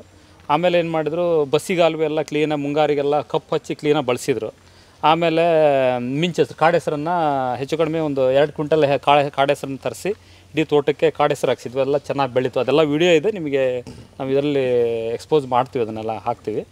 ಅದ್ರ ಜೊತೆಗೆ 2 ಫರ್ಟಿಲೈಸರು, 3 ಕೆರಾನ್ ಲಿಕ್ವಿಡ್, 3 ಸತಿ ಸಿಂಪರಣೆನೂ ಮಾಡಿದರು. ಕೆರಾನ್ ಸಿಂಪರಣೆ ಮಾಡಿದ್ರು, 2 ಕೆರಾನ್ ಸಿಂಪರಣೆ, 1 ಕೆಮಿಕಲ್ ಸಿಂಪರಣೆ ಮಾಡಿದ್ರು. ಆಮೇಲೆ ಅವರು ಭಾಳ ಮುತುವರ್ಜಿ ವಹಿಸಿ ಮಾಡಿದ್ದು ಅಂದರೆ ಪೋಷಕಾಂಶ ದ್ರವ್ಯ, ದಶಗವ್ಯ ಪೋಷಕಾಂಶ ದ್ರವ್ಯನ ಭಾಳ ನಾವು ಹೇಳೋಕ್ಕಿಂತ ಫಾಸ್ಟಾಗಿ ಮಾಡಿ ಅದನ್ನು ಭೂಮಿಗೆ ಉಣಿಸಿದ್ರು. ಟೋಟಲ್ಲಿ ಇವ್ರು ಮಾಡಿರೋದು ನಾವು ನಮ್ಮ ಸಲಹೆಯನ್ನು 90% ಆರ್ಗ್ಯಾನಿಕ್ ಮಿನರಲ್ಲಿ ನಮ್ಮ ತೋಟಕ್ಕೆ ಅಡ್ವೈಸನ್ನು ಮಾಡಿದ್ವಿ. 90% ಆರ್ಗ್ಯಾನಿಕ್ ಮಿನರಲ್ ಮಾಡಿದ್ವಿ. ತೋಟ ತುಂಬ ಅದ್ಭುತವಾಗಿ ಬಂತು. ಒಂದನೇ ಕಟ್ಟಿಂಗ್ 150 ಕ್ವಿಂಟಲ್ ಈ 8 ಎಕರೆಲ್ಲ ಸಿಕ್ತು. ಎರಡನೇ ಕಟ್ಟಿಂಗು ಹೆಚ್ಚು ಕಡಿಮೆ 450. ಈಗ ಇವತ್ತಿನ ತೂಕ ನೋಡಿದ್ರೆ ಒಂದು 500 ಕ್ವಿಂಟಲ್ 600 ಕ್ವಿಂಟಲ್ಲಿಗೆ ಹೋಗ್ಬಿಡುತ್ತೆ. ಟೋಟಲ್ ಫೈನಲ್ ಆಗಿ ಒಂದು 800 ಕ್ವಿಂಟಲ್ ಮೇಲೆ ಬರುತ್ತೆ 8 ಎಕರೆಗೆ. ಒಂದು ಎಕರೆಗೆ 100 ಕ್ವಿಂಟಲ್ ಎವರೇಜ್ ಬಂದಿದೆ. ಇದೆಲ್ಲ ಭಾಳ ಚೆನ್ನಾಗಿ ಮಾಡಿದ್ದಾರೆ. ಈ ಥರ ರೈತರು ಸಿಕ್ಕರೆ ನಾವು ಯಶಸ್ವಿ ರೈತರು ಅಂತೇಳಿ ಇವರಿಗೆಲ್ಲ ನಾವು ಮುಂದಿನ ದಿನಗಳಲ್ಲಿ ನಾವು ಏನು ಬೇಕಾದ ಪ್ರಶಸ್ತಿಗಳನ್ನು ಸರ್ಕಾರದ ಲೆವೆಲ್ಲಿ ಪ್ರಶಸ್ತಿಗಳನ್ನು ಕೊಡಿಸ್ಬೋದು. ಅಂದರೆ ಇಷ್ಟು ಅಚ್ಚುಕಟ್ಟಾಗಿ ಕೆಲಸ ಮಾಡಿ ಇಷ್ಟು ಉತ್ಪನ್ನಗಳನ್ನು ತೆಗೆದ್ರೆ 100% ಒಳ್ಳೆ ಯಶಸ್ವಿ ರೈತರು ಅಂತ ಹೆಸರನ್ನು ಪಡಿಬೋದು ಅಂತ ಈ ಸಂದರ್ಭದಲ್ಲಿ ಹೇಳ್ತಾ, ನಮ್ಮೆಲ್ಲ ರೈತ ಬಾಂಧವರು ಭೂಮಿ ಇರುತ್ತೆ, 10 ಎಕರೆ ಮಾಡಿದೆ 20 ಎಕರೆ ತೋಟ ಮಾಡಿದೆ ಅನ್ನೋದಕ್ಕಿಂತ ಸ್ವಲ್ಪ ಎಷ್ಟಾಗುತ್ತೆ ಅಷ್ಟೇ 5 ಎಕರೆ ಮಾಡಿ 5 ಎಕರೆನ ಮಾಡಿ ಚೆನ್ನಾಗಿ ಅದಕ್ಕೆ ಉಪಚಾರ ಮಾಡಿದ್ದೆ ಕರೆ ಆದರೆ ಒಳ್ಳೆ ಉತ್ಪನ್ನಗಳನ್ನು ತೆಗಿಬೋದು ಅಂತ ಈ ಸಂದರ್ಭ. ಅಲ್ಪ ಕೃಷಿ ಅಧಿಕ ಲಾಭ. ನಾವು 10-15 ಹೊಡೆಯೋಕ್ಕಿಂತ ಒಬ್ಬರನ್ನ ಇಬ್ಬರನ್ನ ಹಿಡಿದು ಅವ್ರನ್ನ ಉತ್ತಮವಾದ ವ್ಯಾಸಂಗ ಕೊಟ್ಟು ಅವ್ರನ್ನ ಈ ಸಮಾಜಮುಖಿಯಲ್ಲಿ ಈ ದೇಶದ ಆಸ್ತಿಯನ್ನು ಮಾಡುವಂಥ ಒಂದು ಏನು ಕನಸಿರುತ್ತಲ್ಲ ಆ ಥರ ಸ್ವಲ್ಪ ಮಾಡಿದ್ರು ಅಚ್ಚುಕಟ್ಟಾಗಿ ಮಾಡಿ ಕೃಷಿ ಮಾಡಿ ಯಶಸ್ವಿ ರೈತರು ಆಗಬೇಕು ಪ್ರತಿಯೊಬ್ಬ ರೈತರು ಅನ್ನೋದು ನನ್ನ ಕನಸು.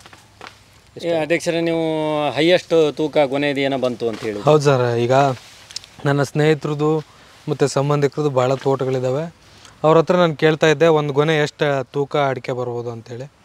ಅವ್ರು ಹೇಳ್ತಾಯಿದ್ರು ನಮ್ಮ ತೋಟದಾಗ ಭಾಳ ಚೆನ್ನಾಗಿರೋಂಥ ಗಿಡಗಳು ಒಂದು 3-4 ಗೊನೆ ಬಿಡ್ತಾವೆ, ಒಂದೊಂದು ಗೊನೆ ಕಮ್ಮಿ ಅಂದರೂ 10-12 kg ಬಿಡ್ತೈತೆ ಅಂತೇಳಿ. ಆ 10-12 kgನ ಭಾಳ ಅದನ್ನು ವಿಜೃಂಭಣೆಯಿಂದ ಹೇಳೋರು ಅವ್ರು. ನಾನು 10-12 kg ಬರ್ತದೆ, ನನಗೂ ಮೊದಲು ನಮ್ಮ ತೋಟದಾಗ 10-12 kg ಭಾಳ ಅಂದರೆ ಎಲ್ಲ ಒಂದೊಂದು ಸಿಗವು, ಅದೇ ದೊಡ್ಡದೇನ ಅಂದ್ಕೊಂಡಿದ್ದೆ. ಆದರೆ ನಾನು ಈ ವರ್ಷ ನಂದು ಎರಡನೇ ಕೊಯ್ಲು ಫಸ್ಟಿನ ದಿನ ಕೊಯ್ದಾಗ ಅಲ್ಲೊಂದು ಗಿಡದಲ್ಲಿ 34 kg ಆ ಗೊನೆ ನೋಡಿ ತೂಕ ಮಾಡ್ಸೋಕ್ಕೆ ಕಾಟ ಇದನ್ನು ತರಿಸಿ 34 kg ಗೊನೆಯನ್ನು ನಾವು ತೂಕ ನನ್ನ ಕಣ್ಣೆದುರಿಗೆ ಮಾಡಿದ್ವಿ. ಅದನ್ನು ಫೋಟೋನು ತೆಗೆದಿಟ್ಕೊಂಡಿದ್ವಿ ಸರ್. ಅದಾದಮೇಲೆ ನಾವು ಧಾರವಾಡ ಕೃಷಿ ಮೇಳಕ್ಕೆ 20 kg 900 ಗ್ರಾಮ್ ಇರೋಂಥ ಇನ್ನೊಂದು ಗೊನೆನೂ ಕೂಡ ನಮ್ಮ ಸಚಿನ್ ಸರ್ ಅವರು ಧಾರವಾಡದಲ್ಲಿ ಎಕ್ಸ್ಪೋಸ್ ಮಾಡಿದ್ದಾರೆ ಎಲ್ಲರೂ ಕೃಷಿ ಮೇಳದಲ್ಲಿ. ಅದು ಎರಡನೇ ಕೊಯ್ಲಿಂದ ಅಂದ್ರೆ ಒಂದನೇ ಕೊಯ್ಲು ಆಗಿತ್ತು ಆಗಿತ್ತು ಸರ್. ಒಂದನೇ ಕೊಯ್ಲು ಆಗಿದ್ರಲ್ಲೇ ನಾವು ಎರಡನೇ ಗೊನೆನ. ಹೌದು ಸರ್, ಹೌದು. ಅದು ಇನ್ನೂ ಬಲ್ತಿರ್ಲಿಲ್ಲ, ಇನ್ನೊಂದು 20 ದಿನ ಹೋಗಿದ್ರೆ ಇನ್ನೂ ಜಾಸ್ತಿ ತೂಕ ಬಂದಿರೋದು. ಎಳೆದೇ ಇತ್ತು. ಹೌದು ಸರ್. ಅದಾದಮೇಲೆ ನಮಗೆ ಕೆಲವೊಂದು ಗಿಡ ಒಂದೊಂದೇ ಗಿಡ ಒಂದೊಂದು ಕ್ವಿಂಟಲ್ ಅಡಿಕೆ ಬಿಡೋಂಥ ಗಿಡ ವಿಡಿಯೋಗಳನ್ನ ಫೋಟೋಗಳನ್ನ ಬಸವಂತಪ್ಪ ಸಹೋದರರೊಂದಿಗೆ ಆಲ್ರೆಡಿ ಫೇಸ್ಬುಕ್ನಲ್ಲಿ ನೀವೆಲ್ಲರೂ ನೋಡಿ ಒಂದು ಗಿಡ 1 ಕ್ವಿಂಟಲ್ ಹಸಿ ಅಡಿಕೆ ಬರೋಂಥದ್ದು ಎಕ್ಸಾಕ್ಟ್ಲಿ ಬರಲೇಬೇಕು. ಅದಕ್ಕಿಂತ ಜಾಸ್ತಿ ಬರೋಂಥ ತೂಕ ಬರೋಂಥ ಗಿಡಗಳನ್ನು ನಾವು 50 ಕಿಲೋ ಗಿಡಗಳು ನೋಡಿದ್ದೇವೆ ಸರ್. 50 ಕಿಲೋ ಮೇಲಿರೋ ಗಿಡಗಳು ಸುಮಾರು ಇದ್ವು ಸರ್, ಭಾಳಷ್ಟು. ನೋಡ್ರಿ, ಇಷ್ಟೆಲ್ಲ 50 ಕಿಲೋ ಗಿಡಗಳು, ಕ್ವಿಂಟಲ್ ಗಿಡಗಳು ಎಲ್ಲಾನು ಹಿಡಿದಾಗನು ಒಂದು 4000 ಗಿಡ ನಾವು ಮತ್ತೆ ಕನ್ಸಿಡರ್ ಮಾಡಿದಾಗ ಇದ್ರದ್ದು ಎವರೇಜ್ ಬರೋದು ಮತ್ತು 21 kgನ. ಒಂದು ಖುಷಿ ವಿಷಯ ಏನಂದ್ರೆ ಸರ್, ಈ ಅಡಿಕೆ ಕೊಯ್ಲಿಗೆ ಅಂತೇಳಿ ಕೊಯ್ಯಕ್ಕೆ ಬಂದಂಥವ್ರು ದೊಡ್ಡ ಬುಟ್ಟಿ ತಗೊಂಬರ್ತಿದ್ರು. ಒಂದೊಂದು ಗಿಡಕ್ಕೆ ಒಂದೊಂದು ಬುಟ್ಟಿ ಫುಲ್ ಆಗಂತದ. ಅದನ್ನ ಇಲ್ಲಿಂದ ಅಲ್ಲಿ ತನಕ ಎತ್ಕೊಂಡು ಹೋಗಕ್ಕೆ ಅವ್ರು ಸಾಕಾಗಿ ನಂಗೆ ಸುಸ್ತಾತಪ್ಪ, ನಾನು ಈ ತೋಟಕ್ಕೆ ಬರಲಿಲ್ಲ ಅಂತೇಳಿ ಬೇರೆ ಬೇರೆ ದಿನ 2 ದಿನ 3 ದಿನಕ್ಕೊಮ್ಮೆ ಬೇರೆ ಬೇರೆ ಚೇಂಜ್ ಮಾಡ್ಕೊಂಡು ಹೊರಕ್ಕೆ 2-3 ಜನ ನೀನ್ ಬಾ ಅಂತೇಳಿ ಚೇಂಜ್ ಮಾಡ್ಕೊಂಡು ಕೆಲಸ ಮಾಡ್ತಿದ್ರು. ಅವರು ಅಡಿಕೆ ಬಂದಿದ್ದು ಖುಷಿನೂ ಪಡ್ತಿದ್ರು, ಹೊರಕ್ಕಾಗದೆ ಪಾಪ ನೋವು ಮಾಡ್ಕೊಂತಿದ್ರು. ಅದು ಸಾಮಾನ್ಯ ಅಲ್ಲ. ಈಗ ನೀವು ಒಂದು ಒಳ್ಳೆ ಆದಾಯ ಬಂದಾಗ ತೃಪ್ತಿನೂ ಇರುತ್ತೆ, ತೃಪ್ತಿಗೆ ತಕ್ಕ ಇನ್ವೆಸ್ಟ್ಮೆಂಟು ಇರುತ್ತಲ್ಲ. ತೃಪ್ತಿ. ತುಂಬ ಧನ್ಯವಾದಗಳು. ಆಯ್ತು, ನಮಸ್ತೆ.